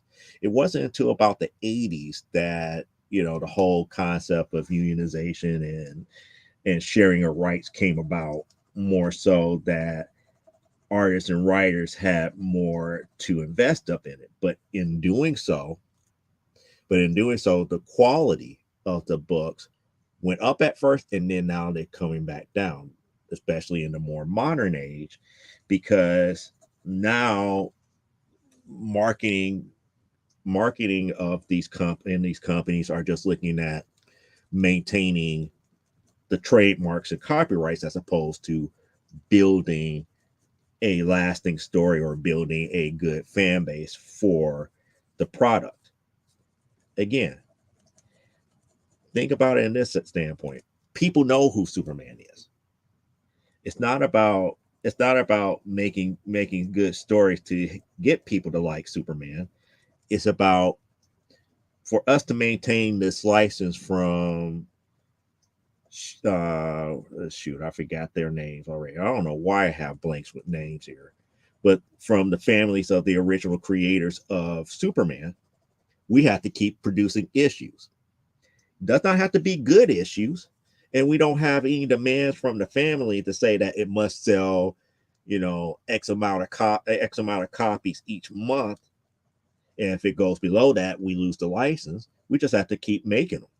And as long as we keep making these issues, the rights does not revert back to them. So we could come out with garbage or toilet paper and still keep Superman up under our control. As much as people don't like it, that's just the facts.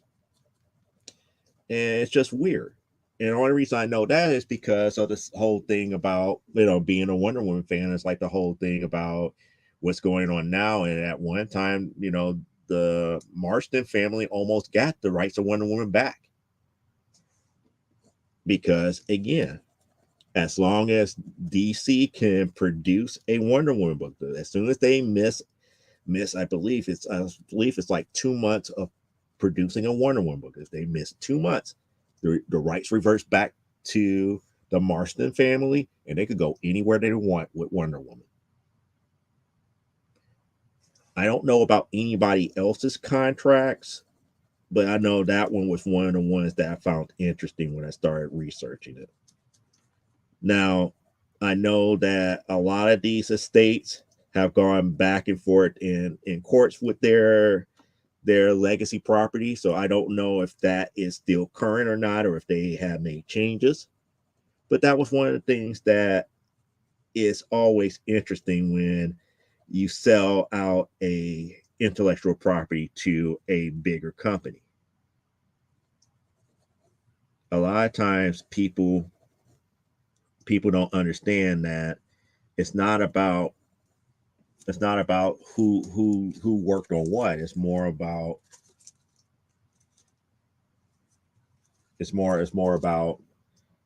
who owns the rights to it at the very end of the day. everybody knows that, DC does not own Superman, but they have the rights as of right now to publish everything Superman related, just like they have the rights to publish everything Batman related.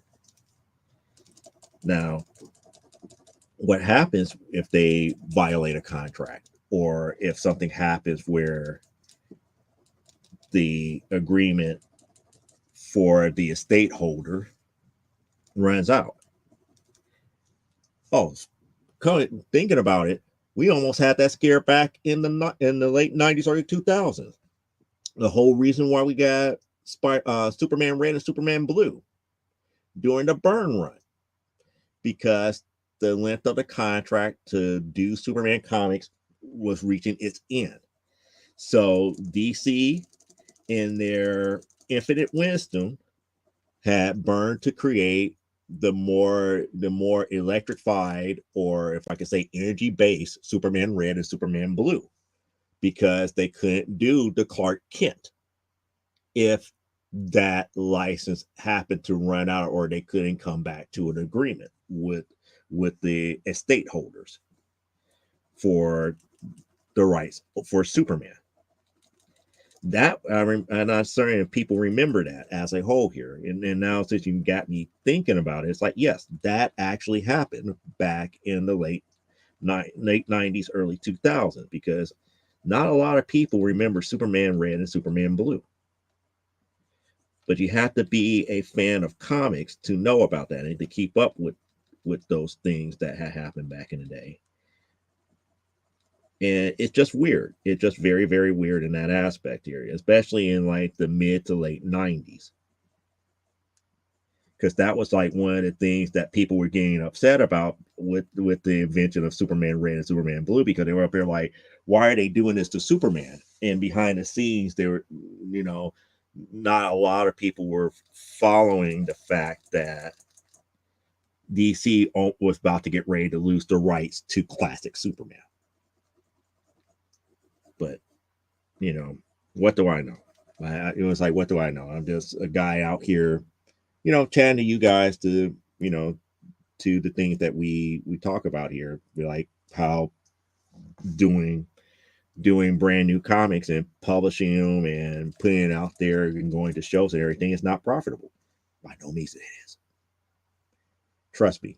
If you're doing this up on the aspect of one-to-one, and when I say one-to-one, meaning that you go to a show, you pay for your booth or you pay for your table, and you hope that you sell enough product to make your table, you're already playing a losing game. You're playing a losing game more so than anything else. And I get it, because not everybody is set up the exact same way business wise. One of the things that I learned early on before I even got started was to get incorporated.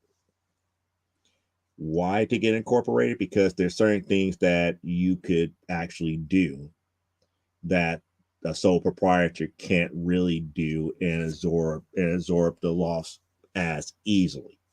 Like, for example, doing a comic book convention is considered doing an exhibition or a conference, which means that your booth cost and everything can be tax deductible, which means that it's an acceptable loss to take a loss on the table or the booth, as long as you're able to sell product to recoup your expenses for getting the products made, as well as paying for the talent to help you make the product.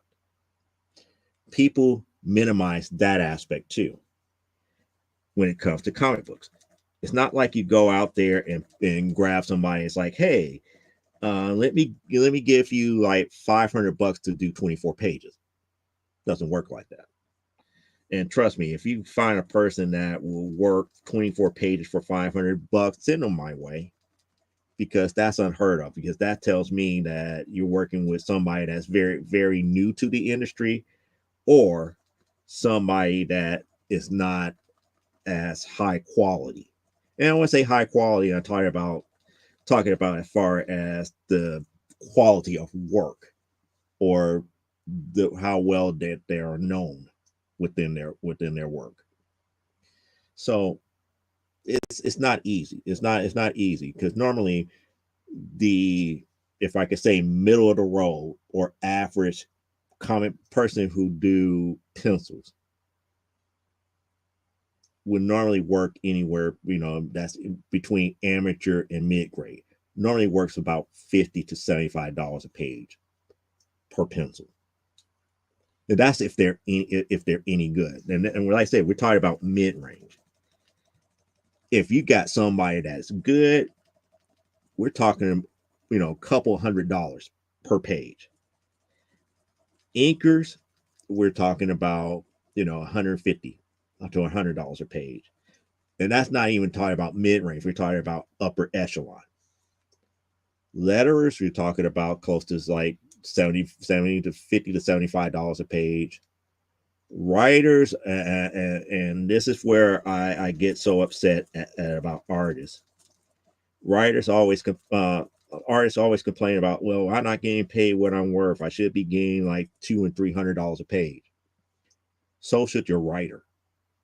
But we as writers, it's hard. It's hard. It's like people look at me like, and it's like, well, how much do you charge? It's like somewhere between $50 to $100 per comic book page that you want me to write. And it's like, well, define a comic book page. And I told you, it's like, well, if I have to write the story, I have to write the story first, and then I have to break it down in to scripting. And the scripting, pretty much lays out what's supposed to be on each page. I could write a story for a lot cheaper than I have to charge by word. And if I charge by word, people are going to be like, oh, how much you charge by word? It's like, well, I'll charge, maybe like $5 a word. And up here, it's like, well, that's not too bad. It's like, do you realize the average story for a comic book is over 20,000 words? And then they're up there like, oh, yeah. So luckily, if I like the project, you could probably get me to do some things pro bono, and I don't worry about it. I think as of last year, I think I only made maybe like $100 writing scripts here, but that was only for like a 6-page story. And that's only because I liked the project. That was like the project that, or the person that was doing the project, and it was for me a way for me to kind of like branch out a bit into a genre that I normally don't write here, which is fantasy. I don't normally do fantasy stories, but I did my first fantasy story and I was paid $50 to do it. And that's what really me doing more pro bono work than really going all out, because I had to like really, research the genre, the actual subject, because the subject was an actual trademark property. So I have to really like do my homework and stuff. But yet I created an original character for that trademark series. Yeah, person got over as far as price, but the thing that I looked at is like I created a new character that if it does pop off, I could say that was me that created it. My title credit is on there. And that's not my only outside of my stuff, trademark type stuff that I have ever worked on. I have worked as a producing editor on another series, and that's the reason why I was waiting for Comic Book Spectrum before we could talk about that. That's the story that I'm waiting for, because that correlates to the book that I'm going to review. And the reason why I was so interested in to see what DC did compared to what we did. And surprisingly enough, I believe that the people who we gave our book to looked at it and went to the other publisher and said, we like what they did. Can you do something like this? We'll talk about that later, because I haven't talked to the other individual, the driving force, the actual writer to that book 100% about it, because I don't feel like we got ripped off. I just feel that, because we didn't have the bigger name, we didn't get the opportunity. Nor did the bigger company probably know about what we did to know to kind of come back and ask us about it. But it is what it is. That's the nature of the beast. You can't be upset about business. Well, you can, but you can't be angry about stuff that you can't control. I mean, we did the book, we got it over to said company that we did it for. And we got it to several different individuals, but we just never got the go ahead to do it. And then several years later, here comes said book by larger publisher that has a bigger following. I mean, way bigger following than what we do, way bigger marketing budget and all this other stuff. But saying all that to say, it's not sour grapes here. It's just more along the lines like, maybe there's still a chance. We just have to figure out a better way of doing this. But now you guys are quiet again here, and we're almost at the 2-hour mark. So I'm just up here like, I want to know what you guys are thinking here, because again, this is your show. This is the interactive show. This is where we interact. It's not just me talking for 2 hours. And I know you guys have said a few things here and there, but I'm curious. What are your thoughts about what I said about too many comic books and so little time when it comes to dealing with your collections here? Because I know some of you guys got way more books than I do, and probably collect way different stuff than I do. But I know for a fact that I go for runs and I try to preserve the books the best that I can here. And I do thank Under the Cowl for joining us today, because he's a brand new person here. And I do thank him for coming out here and joining us. And I do thank him for the conversation, because I do enjoy questions and thoughts and people actually bringing something to the table to actually discuss without having to feel like, oh, this person going to argue me, or feel like I don't know what I'm talking about. I was like, no, everybody got something to say, and if, as long as you're a fan, you got something to say. And if you're one that's buying books, guess what? You got to say so in this matter. If we weren't buying these books, we wouldn't have a say so. Why? Because we wouldn't be a customer. As long as we're a customer of this industry, we do have a right to say something.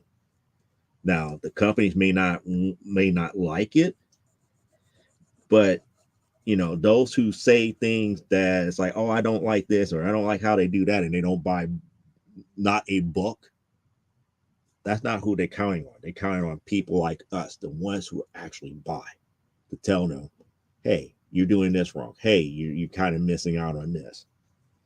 Now, granted, the younger generation, there might not be into like a lot of the older history about it. That's fine.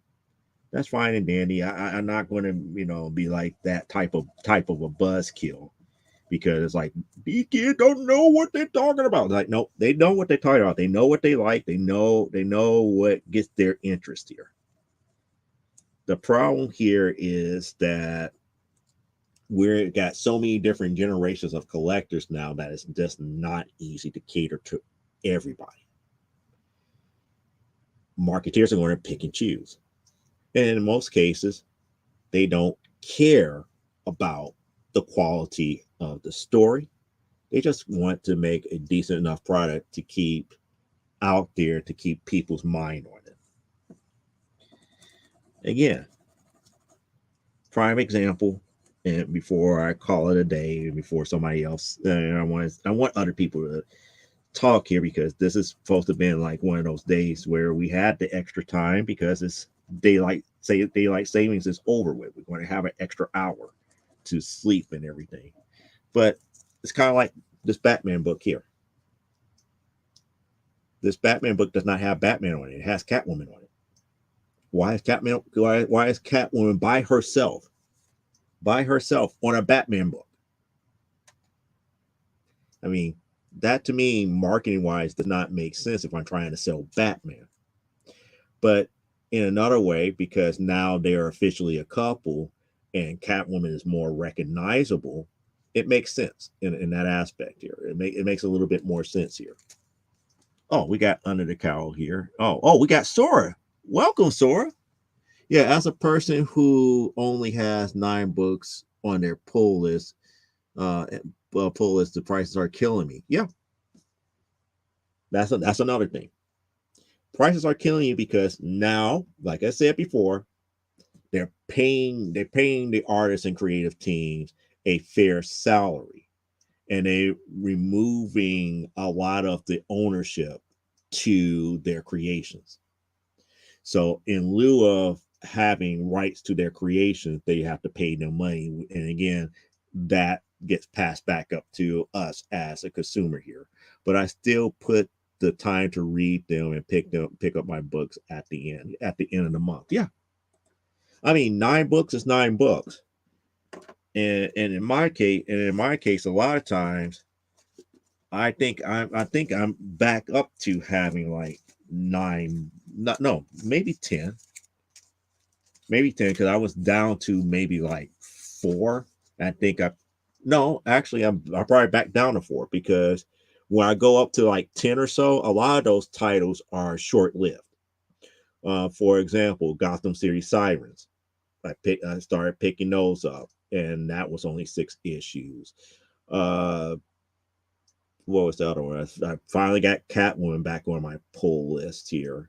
Wonder Woman was like okay, going from what I know here, Wonder Woman was on my pull list. She-Hulk got canceled. G.I. Joe is on my pull list. Duke might be starting another run. Cobra Commander might be starting another run, but I had Scarlet and Destro. Both of those are ended here. I had Junkyard Joe. That's ended. So a lot of the titles that I really get into, they end. Birds of Prey is the other one that is still an ongoing series that I still collect here. So so pretty much I have like maybe two or 3 that still are ongoing series, while all the rest of them are like hits and miss here. Oh, they also got me getting me my Film Force, AC Comics Film Force. So there's my 4 ongoing series there. Everything else in addition to that seems to be eventually either get canceled or with just short run series. So I can understand that. And picking them up and reading them, that's the key thing. What's the whole point of getting the books just to sit there and let them stare in the face? Read the story. Unless you're just collecting them for the artwork. And even then, if you collect them for the artwork, you'd probably be better off, getting the art print for the user, or buying the actual original art from the person who created it. It actually helps them out a lot more than the overall publishing company. But that's a whole different concept in another aspect here. But I agree with that. It's like we all pick up stuff at the end of the month or during the month or when they come out, and we read it, and we come out and we talk about it, we celebrate it. That's one of the reasons why I love being a part of Comic Book Spectrum. We talk about different stuff. Like even now, we still talk. It's like I still have to go out and watch this week's Akita All Along, but as much as people talk about how garbage that show is, I feel this way. The story is not told correctly. It's an interesting series. And I sit here and I go like, a lot of times in this series, because of how they're telling the story. I see how they're putting things together and how they're trying to flow stuff together, and it's just like you're losing the audience. The audience don't care about that. The audience don't care about this. You're losing people, and I even feel at times like it makes me want to turn off the show and go watch something else. Now, eventually, I'm going to end up watching Penguin and hearing a lot of good things about Penguin. And if it's just as good as how I like Gotham, oh, I'm going to love it. You see, we got Sora. It's like, yeah, those limited GI Joe series by Skybound are great. I feel like the quality is there, but it's not an ongoing series. I didn't like Duke. I didn't like Duke. I love Cobra Commander. I like what they're trying to do with Scarlet, but I love Destro because Destro is the Destro that I grew up with reading in Marvel. That's the Destro that I know from Marvel. So I agree with that. You kind of wish that they were ongoing series, but then again, they just about to get ready to restart GI Joe again. Skybound's about to restart GI Joe from another true issue #1. So there's like the sky's the limits at this point. So it's just a matter of what's going to happen after Hamna leaves. That's if he leaves. Sarah. Yep. Hi, sir. Oh boy. So just like Parallax is having problems with the keyboard. But that's perfectly fine and dandy and everything. Let me go ahead and take a quick little swig. We will go over the 2 hour mark here, and as long as you guys want to talk here. Maybe go 2 hours, 30 minutes this episode here. But yeah, it's about reading. It's about reading the stories. I mean, the Scarlet books, it's like I didn't realize that Hardmaster did not recognize Scarlet as a ninja. That was interesting. That by the time I got through reading issue #1 and the challenges and stuff that was there, and her dealings with Storm Shadow in her book, and then with Destro, dealing with his family history and how he kind of does this balancing act between everything that's going on with Cobra and what he wants to do is very interesting to me.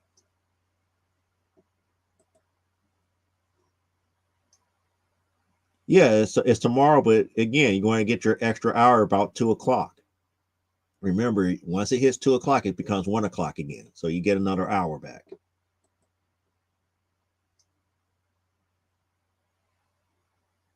And then that's the thing that I feel here, Sora, about Agatha all along. It's not a bad series if you could get past the poor storytelling. It's really not.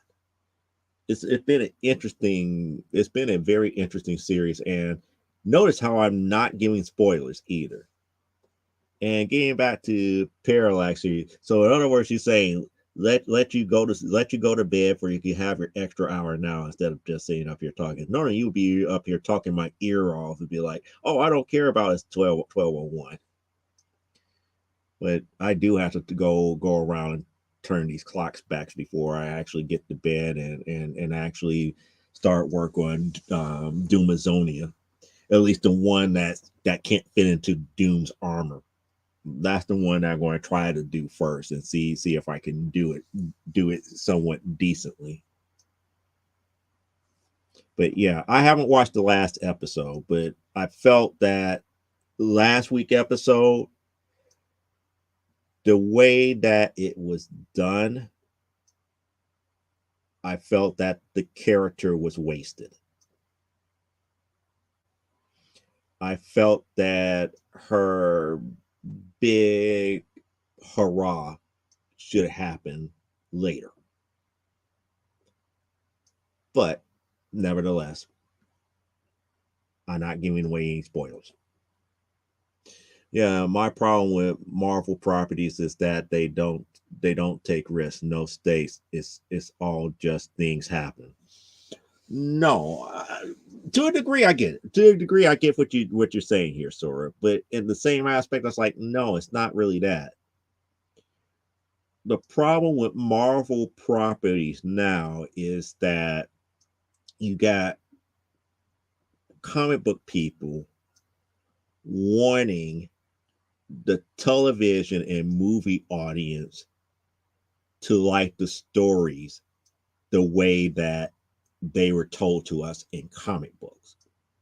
And that's not going to happen. Us as comic book readers is not technically the same audience as somebody that watched a TV show or watch a movie. A story that is told in a comic book does not always translate over to TV and film very well. Especially superhero type stuff does not translate very well. Why? Because special effects and everything dealing with the powers and whatnot. So when you get to things like Agatha All Along, you're not going to deal with somebody that's hundreds of years old and look like in their 80s or 90s. They're going to have to de-age the person. They're going to have to do a lot of things outside of the norm to make it work. Is it the same stories that we got in the book? No. Will there be Easter eggs that kind of point things back to things that happen in the comics? Yes. Will the average TV watcher or movie watcher who does not read comic book the first pick up on it? No. Will they be interested in it? Probably not. Probably not. If it caught their interest, would they ask somebody who is in the know about the stuff? Yes. And that's where we come in. But if we're coming in the gate, shitting all over the place about how they're not doing something right, you kind of make this new person who's trying to come in feel unwelcome or thinking that they're liking the wrong stuff. It's always good to turn people onto stuff than to turn them off. Just because they like a show that may not be what we like, just because they turned on to Agatha Harkness, it's easier for us to say, hey, if you like this, maybe go back and read this and see how you like and see the difference here. Perfect example, and I always bring this movie up as the perfect example of why comic book readers and TV watchers and movie watchers are completely different. Let's go back to Watchmen. Watchmen as a book was good. Watchmen as a movie was damn near 1-to-1. To the average moviegoer, it was confusing. For us as comic book readers, we were able to follow it. For the average movie watcher who has not picked up comic book to one, they hated it. They were like, not for us. It was garbage. So, that's one of the reasons why they can't go balls to the walls with Risk, because they understand that they have to do these shows for the person who does not know about the comic. Yeah, I think it is possible to translate Captain America, the Winter Soldier, did a good job. The reason why Captain America Winter Soldier did a good job is because how many Captain America movies did we have and how many Avengers movies did we have where we had Captain America? How many of those movies have both the Winter Soldier and Sam Wilson up in it? These characters were familiar enough where people had a parallel to go to know who these characters are. Unlike Agatha Harkness, who only was there in WandaVision. And not everybody watched WandaVision. And not everybody paid attention to WandaVision. So there's a major difference there. It's almost like, how can I put it this way? If Disney all of a sudden decide that we're going to have a TV show called Wakanda, we're going to call it Wakanda, with the Black Panther movies that came out here And now we're going to talk about characters that we have not really shown in the movies in the Wakanda series. People are going to get lost unless you write it in such a way where the average television person can pick up on it and go with it. Because if you do a Wakanda, you're not talking about Shuri, you're not talking about any of the other main characters that was in Black Panther, you're dead in the water unless you can make it relatable. That's just the way that it is. Not to say that they didn't do, not to say that they didn't do Winter Soldier correctly. I believe that they did, but they had other movies to establish the characters where people could pick up on that. We knew who Bucky was. We knew that Bucky disappeared because of First Avenger. And then by the time we got to Winter Soldier, it made sense. It's like I'm at a friend's house and I wanted to say hi. Well, hi, Aaron. I hope that you're enjoying what we're doing here, because we're a little bit beyond the normal show time here. Because normally we would have stopped at 2 hour mark, but because we're talking about TV shows and the industry as a whole, as far as what makes a good TV show, what makes a good movie, as far as what Marvel and DC is doing as of right now, like I said, it makes a good watch. It makes a good watch. And besides, this is the part of the show that I love the most here, when we become interactive and we're talking about things and there's no real right or wrong answers. It's just discussion. And we got, it's like, yeah, it's like your package. Okay, thank you. I'll be looking out for it here, and it should be this week. So your stuff would probably make this week's new comic books for the week for this upcoming Saturday here. Yeah, I feel like Wonder Man will receive more hate than Agatha once it's released. Exactly, because why? Simon was never discussed in any other format that came before it. Like I said, Agatha had at least WandaVision. Not everybody watched WandaVision to understand who she was and everything. And then WandaVision did not force people to go back to really research her. She was just if I could say, an ancillary character in that story, because of the simple fact that she was there to kind of like watch what was going on, be kind of like a minor villain to a certain degree to try to steal Wanda's power. But in the very end, we ended up getting Doctor Strange at the very end and all the other weirdness and everything that's going here. And WandaVision also established Monica Rambeau as either Proton or Spectrum or whatever name that she's going to go, Photon or Spectrum or whatever name she goes by the time we get to the Marvels movie. See, those type of things come into play because, Simon was never talked about. And people who don't know, Wonder Man's actual first name is Simon. So Simon was never talked about in any other Marvel movie or Marvel TV series. And they're just going to throw it out there. To me, the best example of what they did right with property that nobody really know about to get non-comic book readers into it was what they did with Werewolf by Night. They did that right until they said, haha, the next year we're going to do another one. But this time we're just going to redo the same thing and we're just going to show it in color. And I'm going like, yeah, and I feel like that old school, I shouldn't call it old school because it's not Peter Marshall. It's not Peter Marshall's Hollywood Squares. It was Tom Bergeron on Hollywood Squares. You fool! That's where I felt when they did that. It's like, people are going to like it more in color. It's like, no. Just give us another part of the Werewolf by Night story. That's what everybody else wanted. We didn't want it to be in color, but it is what it is. First 10 years of Marvel good, right? I believe the first 10 years of Marvel got the formula right to develop their audience.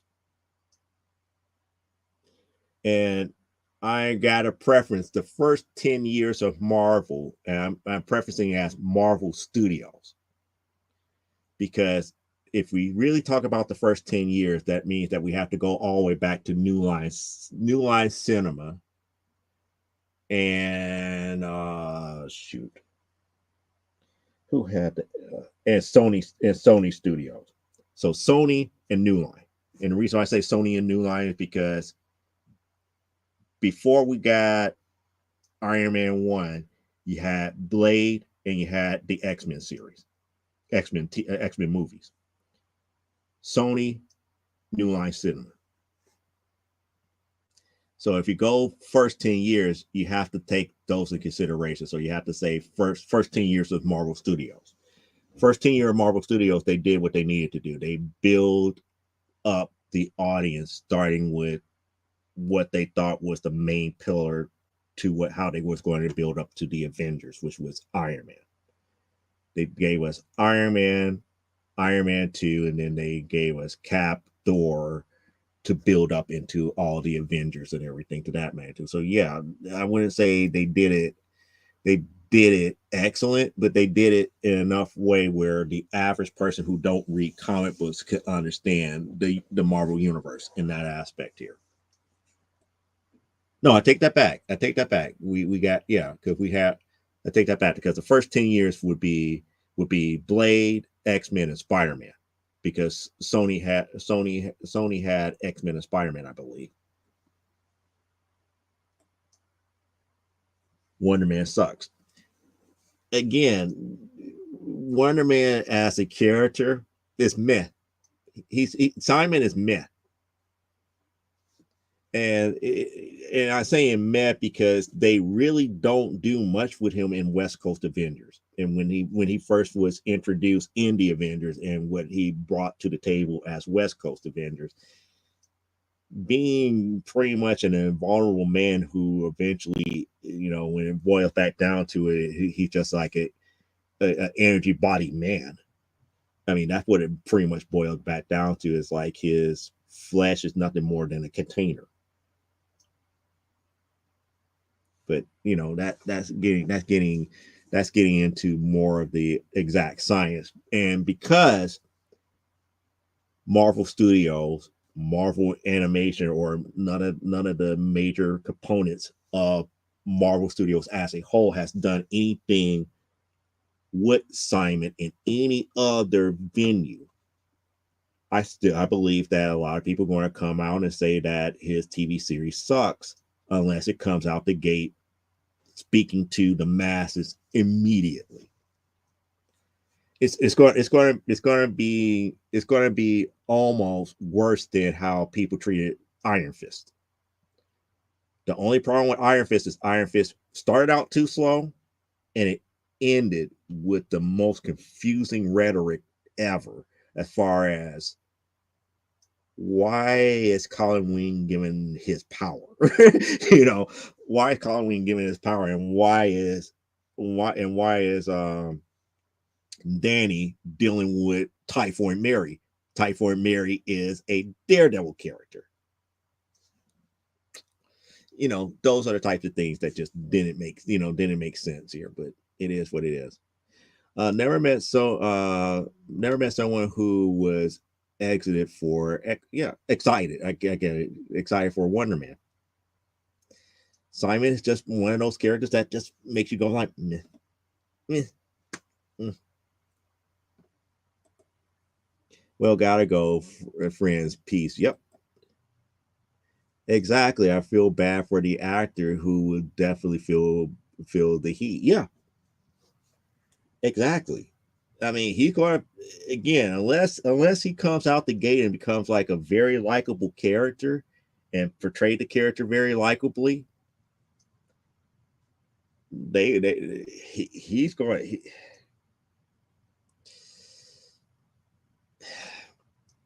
I agree. It's just not going to be one of those things here. And trust me, us as comic book collectors are not going to be even prettier with us, because again, the majority of us is going like, okay, Simon gets a TV series, meh. He's not one of those characters that we would think about that would need a TV series or we like to see in a TV series. But it is what it is here. I would rather see see another reincarnation of Shield. If not Shield, give us Sword. Because Sword has actually been established now. So why can't we have a Sword? Shoot, you gave us Loki with the TVA, and not too many people knew about the TVA until the Loki series did it. You have already established Sword in WandaVision and in a couple of movies. Why not give us a Sword series? Now, if they gave us a Sword series, they could introduce Simon that way, and maybe, just maybe, people may like that character. But that's just me. That's just how I think. That's how I think. I'm a nobody. I don't have producer money or Hollywood money to produce anything. So that's just the way that I think here. Now they might surprise us with Wonder Man. They might. But again, I'm not going to say that it's going to be a train wreck because I just don't know. But I just know that the character within itself is going to be like meh. I could take it or leave it. I'm not going to be like rushing out there to try to see Wonder Man, the TV show. That's just me. That's just me here. I still got to see Blue Beetle. I still got to see the Blue Beetle movie that happened during the pandemic that nobody went to go see.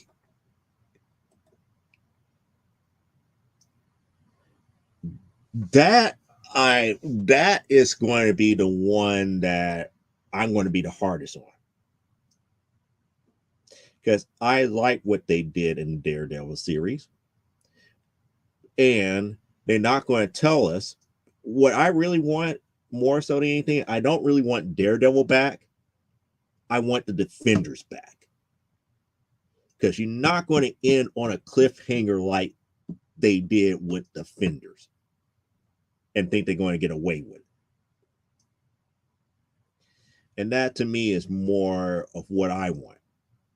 Because again, if you bring back Daredevil and not address the white elephant that's in the room dealing with the ending of Defenders, you're just asking for trouble with the fan base. You're really asking for trouble.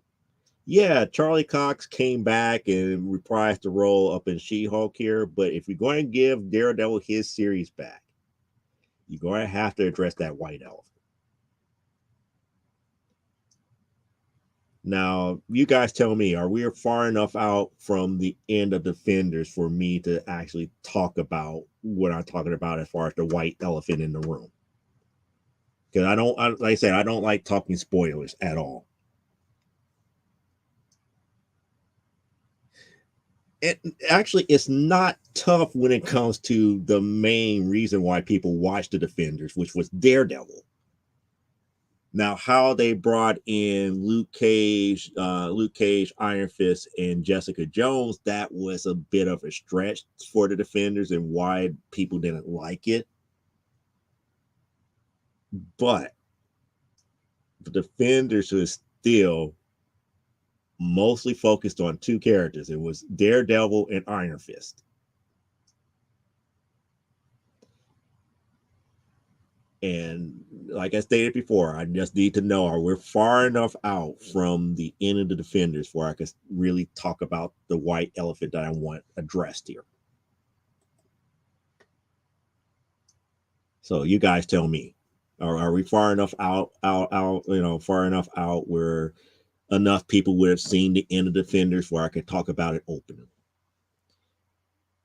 Now, from my understanding, we're probably about 15 years out. But I just know how people are. It's like I know how I am. It's like, yeah, there's movies that I still haven't seen, and I don't want people talking about stuff that I still want to see. But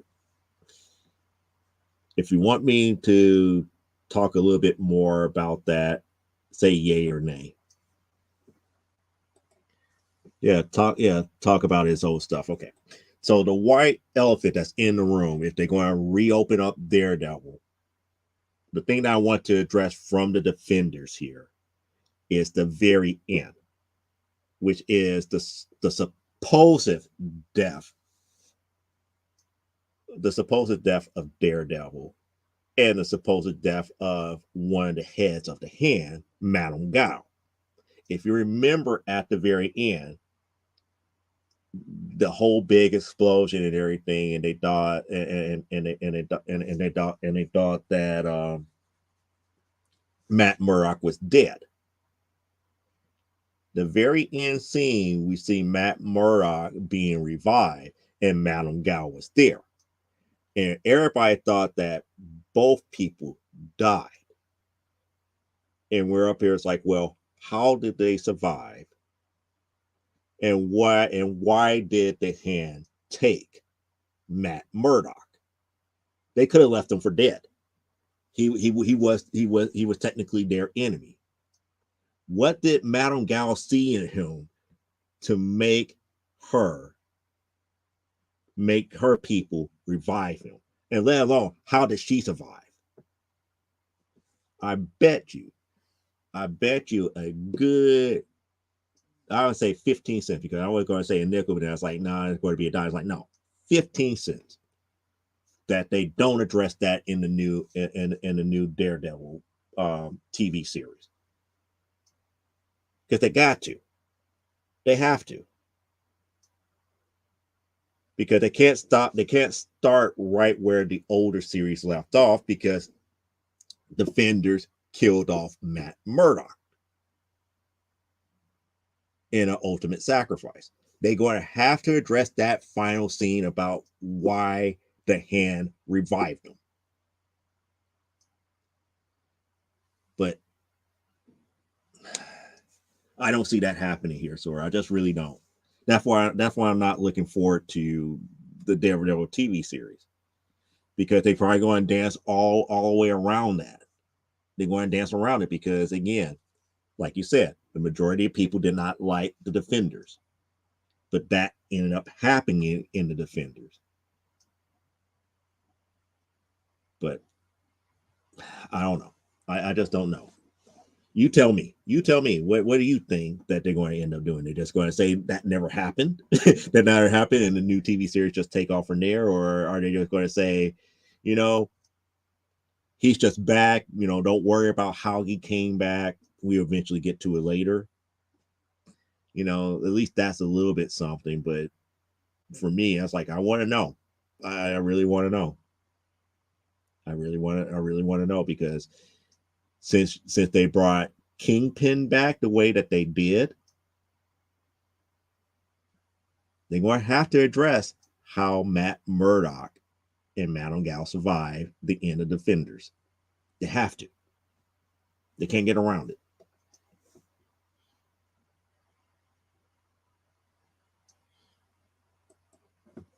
Let's see. I haven't watched Daredevil season 3 for a while, but it continues that story.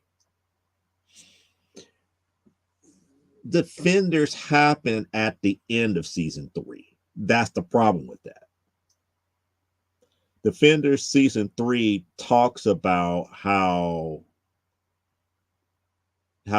Matt was in the Hand's radar, but they never completed everything that was going on until Defenders.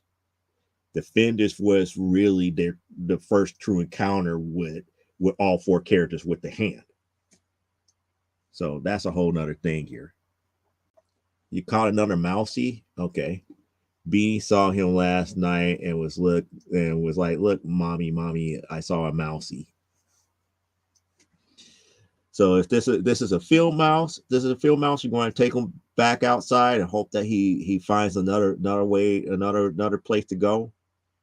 You're evicting an unwanted resident. But yeah, but that was the key thing. That was the key thing about season 3.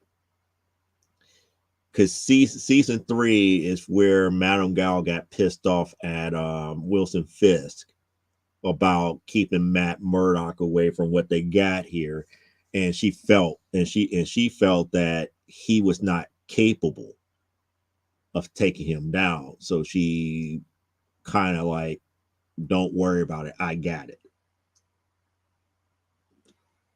Again, I'm taking, giving you the Cliff Notes version of that. Then on top of that, this was also still during the time that Fisk was still in jail too.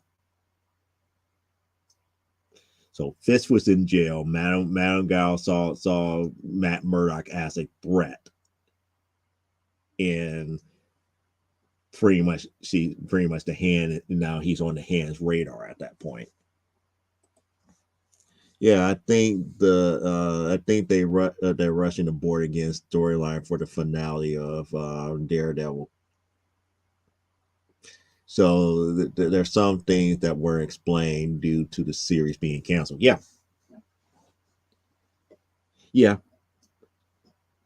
because that's what I felt that was the beginning, what was really going to happen at the end of Defenders. The end of Defenders was supposed to be the start of Born Again.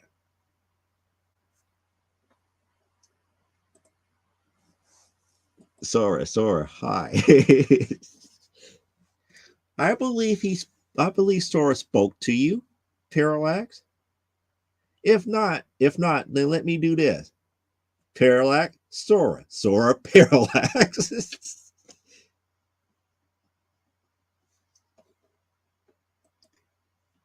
Hi, son. It's like, hi, son. Did you watch Daredevil? Of course she watched Daredevil. What type of question is that? Now, the question here is, does she care about the series Daredevil? That's the difference. She probably watched it, but the question is, does she care about it? Because if she goes like, it sucks, that's pretty much what she's going to say. I was the one that brought Sora to your show.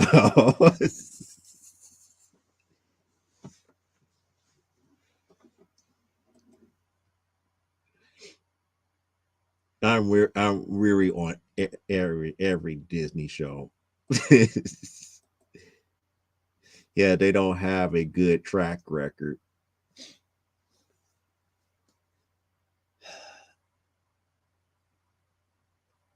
To be fair, and this is to be fair.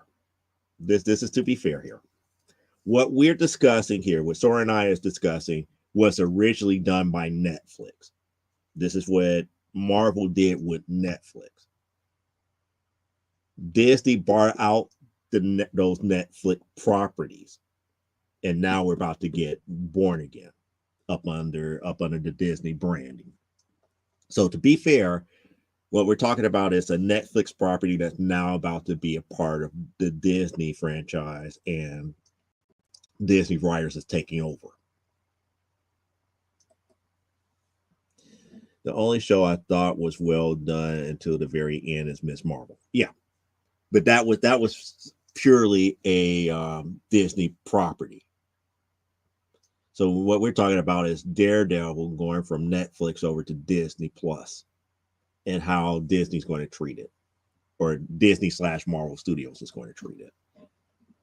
I know, but Disney already messed up She-Hulk and Daredevil. She-Hulk.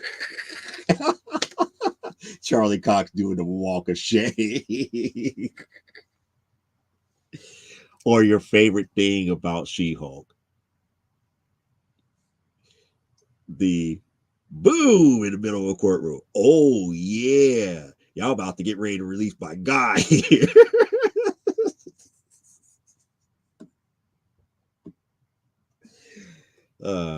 But yeah. Yeah, that's like, I'm excited for Daredevil. My mother isn't into comics like it. But again, that was Netflix. Netflix did a good. The only thing I didn't like that Netflix did was season 2 of Jessica Jones and the last season of Iron Fist. The last season of Jessica Jones, dealing with Patsy Walker, was really messed up. Really, really, really messed up.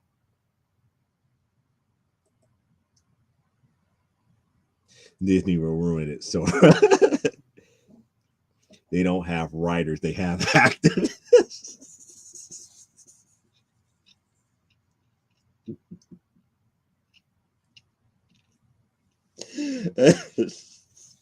Why did I know it? Why did I know that she was going to say something like that? They have activists. That's messed up. That is messed up. Yeah. David Tennant as Purple Man, excellent. But season two kind of opened up the door to the whole thing about her past, about her being a superhero, up under the name of Jewel, and the whole past between her and Patsy. And that to me was where Netflix kind of messed up, as Jessica was looking at who did what to her, and with bridging the gap between her and Luke Cage. Patsy was slowly becoming Hellcat because she was taking whatever substance that gave she was injected with some of the stuff that gave Jessica her abilities, and in her guise of trying to be just as superheroic as her, as a vigilante, she actually was going out there murdering people.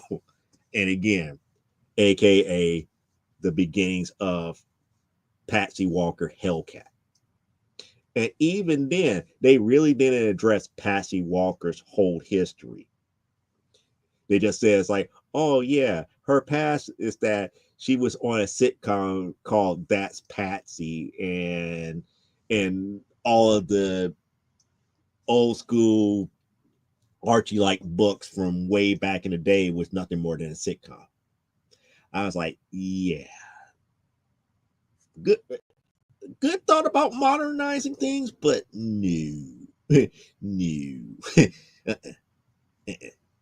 Because again, people who go far enough back dealing with Patsy Walker, they're going to be asking, they're going to be like, well, the Jessica Jones zone never talked about this stuff about Patsy, and Jessica was not in these books over here. Yeah, I heard that they are bringing back the actor for Jessica Jones for a camp. Yeah, she's coming back. Like it's like I said, if I had my way, they would do Born Again, but they will also be, we will also be hearing in the works that they're doing a Defenders 2, because there's a lot of stuff that is just not that is just does not set well with me. Like the whole thing with Stick in Defenders,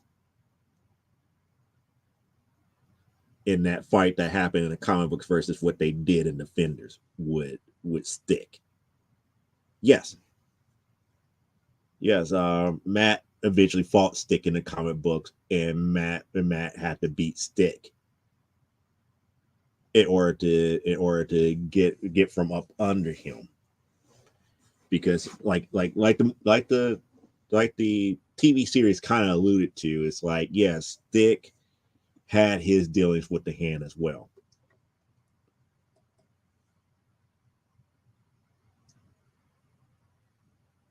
They already did Typhoid Mary. Typhoid Mary was introduced in Iron Fist. If you remember, well, again, people hated Iron Fist so much that they never got to season two. that's how messed up Iron Fist was.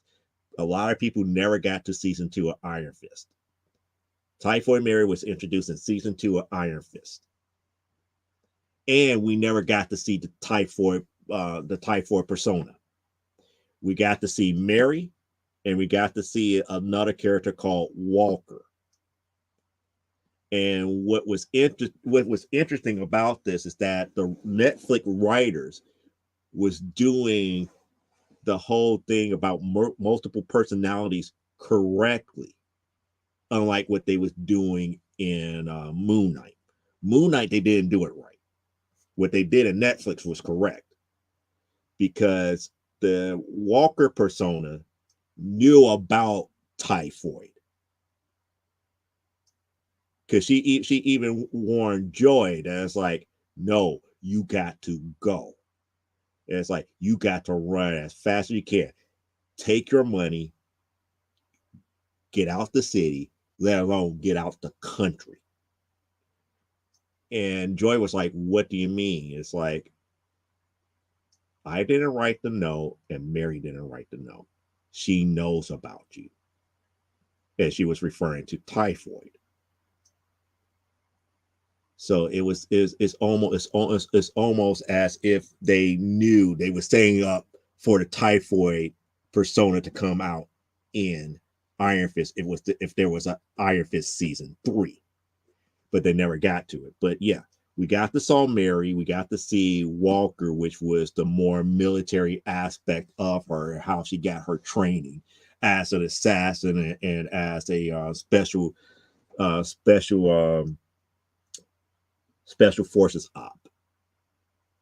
But we never got to see the typhoid persona. It was always hinted at within drawings that Mary was doing, that typhoid was there within her. But we only saw Walker and we only saw Mary, which again contradicts the books because there was no Walker in the books. But at least they were setting up to get people to understand that she had multiple personalities, and they just couldn't go right into the typhoid. They couldn't go into right into the typhoid without establishing some type of interest where Mary actually felt comfortable enough with a male suitor. But we never got that far. Yep, I kind of figured as much. People hated Iron Fist that much that they never got to season 2.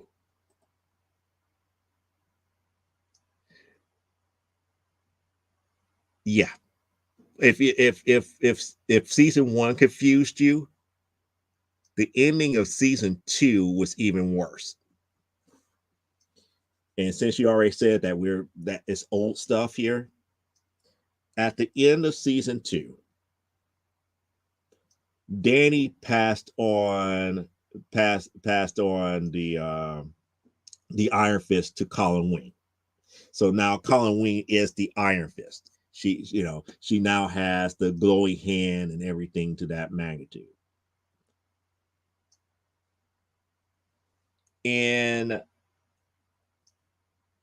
his experience dealing with his quote unquote adopted brother from Kunlun and what ended up happening there, Danny and Wade eventually started to go on an adventure. He was up here talking about, well, what can I do? This, that, and the other, yada, yada, yada. It's like, well, I got to go back and start from the very beginning. I got to go back to Kunlun. So it's like, what are you talking about?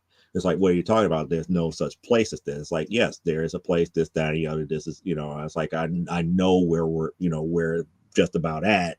If you could get me where where the plane crashed. So him and Wade goes back. Actually, Wade set it up where him and Colleen goes back to where his plane crashes. And from there, he tracks his way back to Kunlun to find out that Kunlun was destroyed.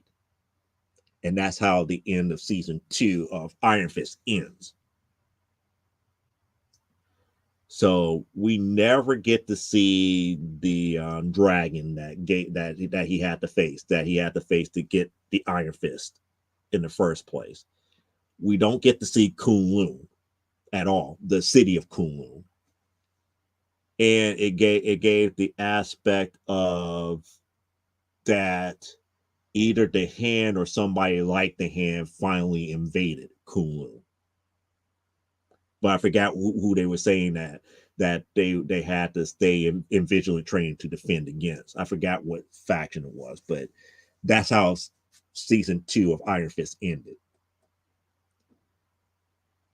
Never mind, I didn't see it. Did see it ending with Iron Fist in a cowboy fashion. Yeah, if I'm correct. Yeah, it was bad. It was bad. I mean, it threw people for a loop. It threw people for a loop. Not only did they not like season one because it took so long to build up to Danny Rad Danny Rad being Iron Fist the way that we wanted him to be Iron Fist from the very jump. By the time they got through understanding what happened with his parents and how Joyce and Wade's father was really a member of the Hand and whatnot. By the time the season one, by the time the season one ended, and he was pulling the strings and everything, and yada yada yada, and Joy going almost nuts so and trying to go on this whole power trip to say that Wade is the reason why all the stuff was happening and this, that, and the other, and the company disowned Wade, and now she's the new CEO of Rad Industries and all this other stuff. It's just like, yeah, we don't need all of this. This is not the Iron Fist that we needed here. But by the time that all this was said, they went with Iron Fist dealing directly with the Hand. And that was the whole thing, that there was another splinter group of the Hand that was somewhat good, that was more like cultish than anything else. And that was the whole thing about establishing Colleen Wing, because now you have Colleen Wing, you have Misty Knight. Now you could bring, eventually they could bring in Felicia Harding through Spider-Man. You already got Danny there, and you have Luke Cage. So what do you have now? You have Heroes for Hire. They had Heroes for Hire set up by the time season 2 was supposed to end. But man, did they brutalize Iron Fist. They brutalized him. They Rand technology was not, but that's a whole different thing. Yeah, I was like, oh, I read Modern Iron Fist. Yeah, if you read Modern Iron Fist, then a lot of stuff that I'm talking about with Danny Rand wouldn't make any sense. A lot of the stuff dealing with Danny Rand was going back to old school, going back to old school. Midway through Luke Cage, Hero for Hire, which eventually became Power Man and Iron Fist. When it became Power Man and Iron Fist, that's when we truly got a better understanding of Danny Rand. Yeah, there's a reason why people hated it. And it was the way that the story was presented. The story was presented in such a way where average TV goers didn't like it, and comic book people were ripping it to shreds. I mean, literally ripping it to shreds. It was just not good TV watching. It really wasn't. And if you don't believe me, ask Parallax.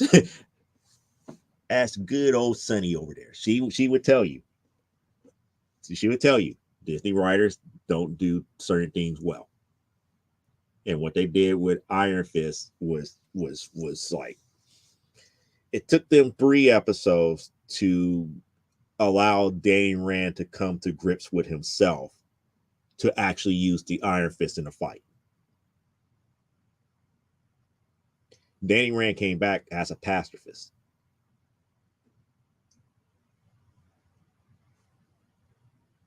And then people didn't understand. It's like, why isn't he fighting? Why does he don't want to fight back? This, that, and the other. He's supposed to be the Iron Fist. He's supposed to be this, that, and the other. And that's one of the reasons why I actually think that they got Shang-Chi correct, or at least more correct than what they did with Iron Fist. Because technically, Danny can, almost go toe to toe with Shang-Chi. Almost. Shang-Chi is still a bad mofo, but Danny could hold his own against him. But the way that they wrote him in this TV series, nope. The way that they wrote Shang-Chi in his movie, And then you're going to say, who will win a fight, Danny or Shang-Chi? Everybody going to say Shang-Chi because they wrote them completely different. But Sonny would be the one to be like, yep. Like I said, it's like, go back to what I said up here. Go back to what I said. That's what she would say. Disney will ruin it. Those are her words, not mine. But that's what she would say. And if I'm not telling the truth, she would come back and say, nope, that's not what I meant. But technically, that's what happened with Iron Fist. Her statements were very well echoed in Iron Fist. You're dealing with Iron Fist. If potential was there, but it just didn't land right. I heard the director of Shang-Chi is doing Spider-Man 4. What do you think of it? I don't really care about directors and everything as long as the actual screenplay is done well. The reason I bring that up is because it's different companies, but how can you go from Wonder Woman to Wonder Woman 84 and have the big jump in story and screenplay? Granted, you want to bring her into the 80s. Okay. But there's a lot of stories that you could tell in the 80s here. And about how she survived all that time and everything. And if you're going to do the whole thing about Cheetah, there's so many different ways to tell it here. And then the conflict in stories that was being told behind the scenes. Because again, when I think about Wonder Woman 84 and some of the rumored stories behind the scenes here, if those who have control of the money for that movie had their way, the first 15 minutes would have not been in the movie. To me, it would have made the movie even worse. Only because the first 15 minutes established a mentality that Diana had that was a focal point in the major problem that they had, the major issue dealing with the overall problem with her villain. So without that, the movie would have been worse. Does that give the director an excuse for the bad movie?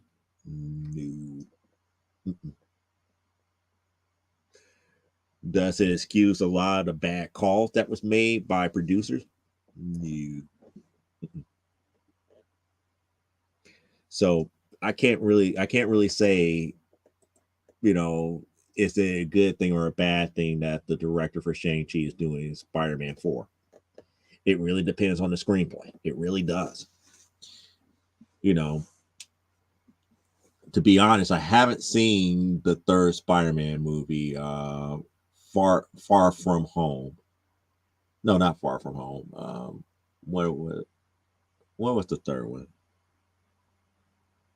I forgot what the third one was titled. No, I think the Far From Home was the second one. What was the subtitle? What was the subtitle for the third one?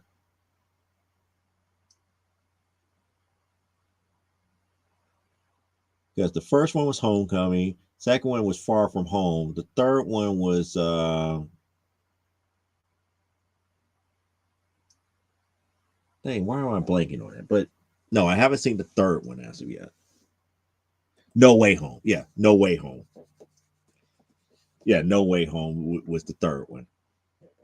The one with one with Doctor Strange. So, my major problem with Spider-Man 4 is without a Tony. Well, again, they addressed the whole thing with Tony Stark being dead in No Way Home. Not No Way Home. Far From Home. Now it would, a couple of things that I would like to see in Spider-Man 4. I would like to see progression in story, which would mean that there had to be progression with Aunt May and Happy Hogan, progression between Mary Jane and Peter. I would like to see Ned slowly turn against Peter and eventually maybe becoming Hobby or Hobgoblin. That would be nice because again, when they introduced the Ned character, I was like, oh, Ned's up in here. This is going to be interesting. And it's like, are we going to get to the point where Ned is going to eventually turn on him?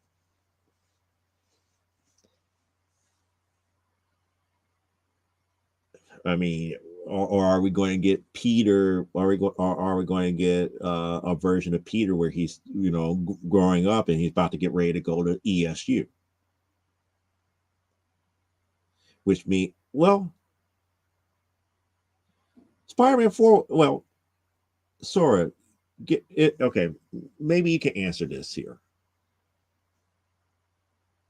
Following the timeline of this new Spider-Man, for the new Spider-Man movies.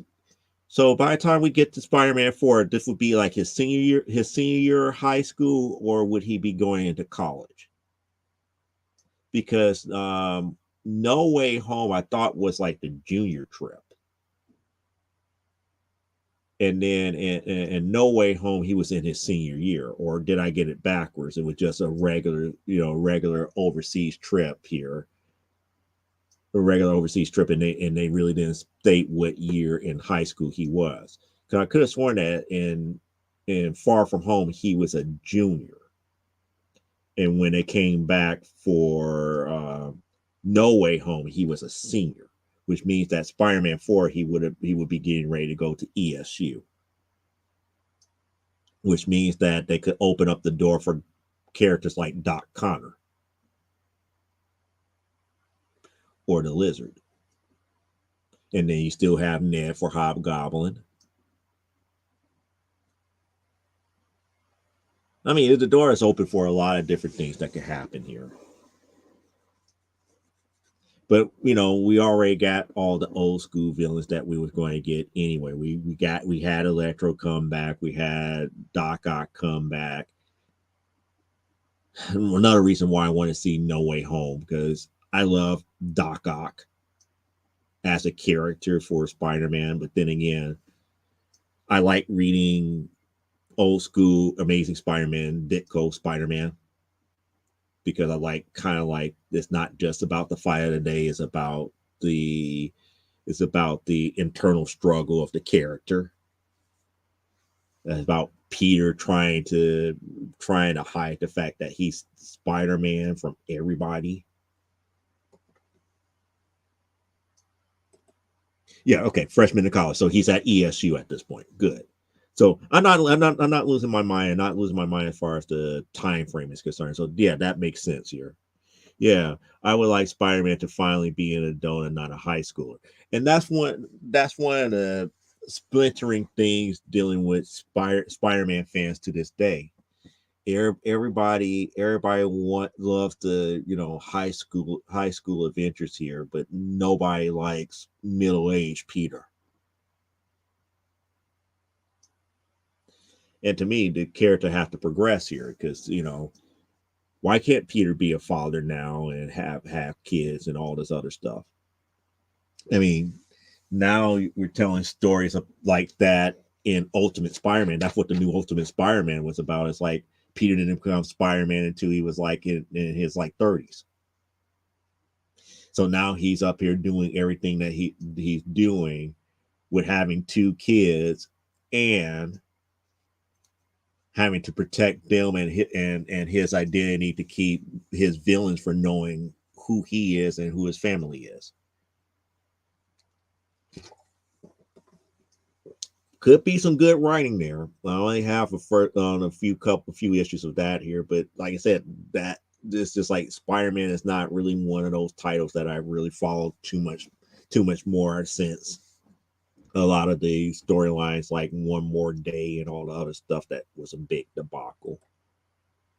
Yeah, freshman year of college, and yeah, definitely recommending No Way Home. It's for fans. It's just a fun movie. Cool.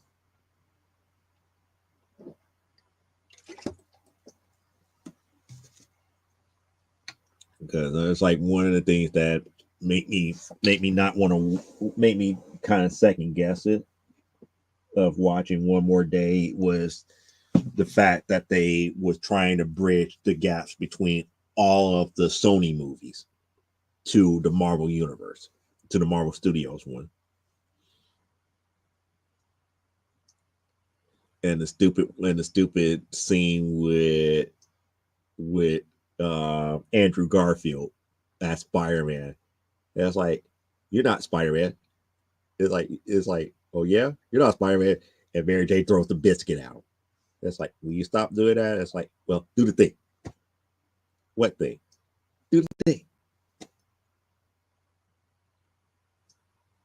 It's like, okay, fine. That he jumps up and he holds himself up in midair on the ceiling just by his fingertips. It's like, is that not enough? She throws another biscuit at him. It's like, Dangerousness doesn't work like that. It's like, that's not enough. Do the thing. Crawl around the ceiling. I was like, that's why I like this version of Mary Jane, because she's no fool. She's no fool like the way that they're trying to write her now in the modern day. Because back in the day when she was doing all the acting and modeling, it was just like, nah, this is not her. But now they're writing her more like, you know, the typical, if I could say, hard nosed New Yorker that, you're not going to fool me twice on something that's scammy that I know 100% about, that I know something that is this way. So, that scene kind of, as many times I've seen that cut scene so many times, I just giggle. Just like, the appearance of Doc Ock in that movie. I was like, yeah, this make me want to go watch it. So I might go ahead tomorrow and get on Disney Plus and see if they got it out there on Disney Plus, the No Way Home, and watch it. And on that note, we're at the 3 hour mark, so I'm going to call it a night here. It is, yeah, I heard Sony and Marvel plan to introduce Miles Morales in live action. The only problem is how they will do it could go wrong. Yeah. Plus, to me, Into the Spider Verse drew Miles Morales to me is more of a well told story than anything that they can do in live action. It's going to pale in comparison, and everybody's going to use those movies to compare the live action one. So it's not going to be a fair comparison. Most people are not going to take the live action one as a movie itself. They're going to be like, is it like this over here? If it's not, we don't want it. But in that aspect, I'm going to bid you guys good night here. Don't forget to turn your clocks back 1 hour here. That way you get your extra hour worth of sleep. So that way people like Parallax can get their extra hour worth of sleep, since they're already in Sunday. They're already an hour ahead of us here where I'm at. They're up here. It's like, yeah, I'm about to get my extra hour here in 1 more hour. Well, you got to wait 2 more hours. But nevertheless, it's all the same here. But yes, have a good night, sir. I forgot. Yeah, that happens. That happens in a few short hours here, unless you're on the West Coast and you got some time because you're still on Saturday. But yeah, that happens in a couple of short hours here. I think it's 2 o'clock where everything falls back an hour. So Don't forget to set those clocks back here. As I always say, live life, grow, and be well. We'll be here right here next week here, pretty much doing the same thing, talking to you guys here, showing you new comic book pickups, talking about what we're working on, and hopefully I have some actual drawn images on an Amazonia cover for the Doomazonia that people have requested here. So until next week, live long, live life, grow, and be well. And we're out of here. Have a good rest of your Sunday.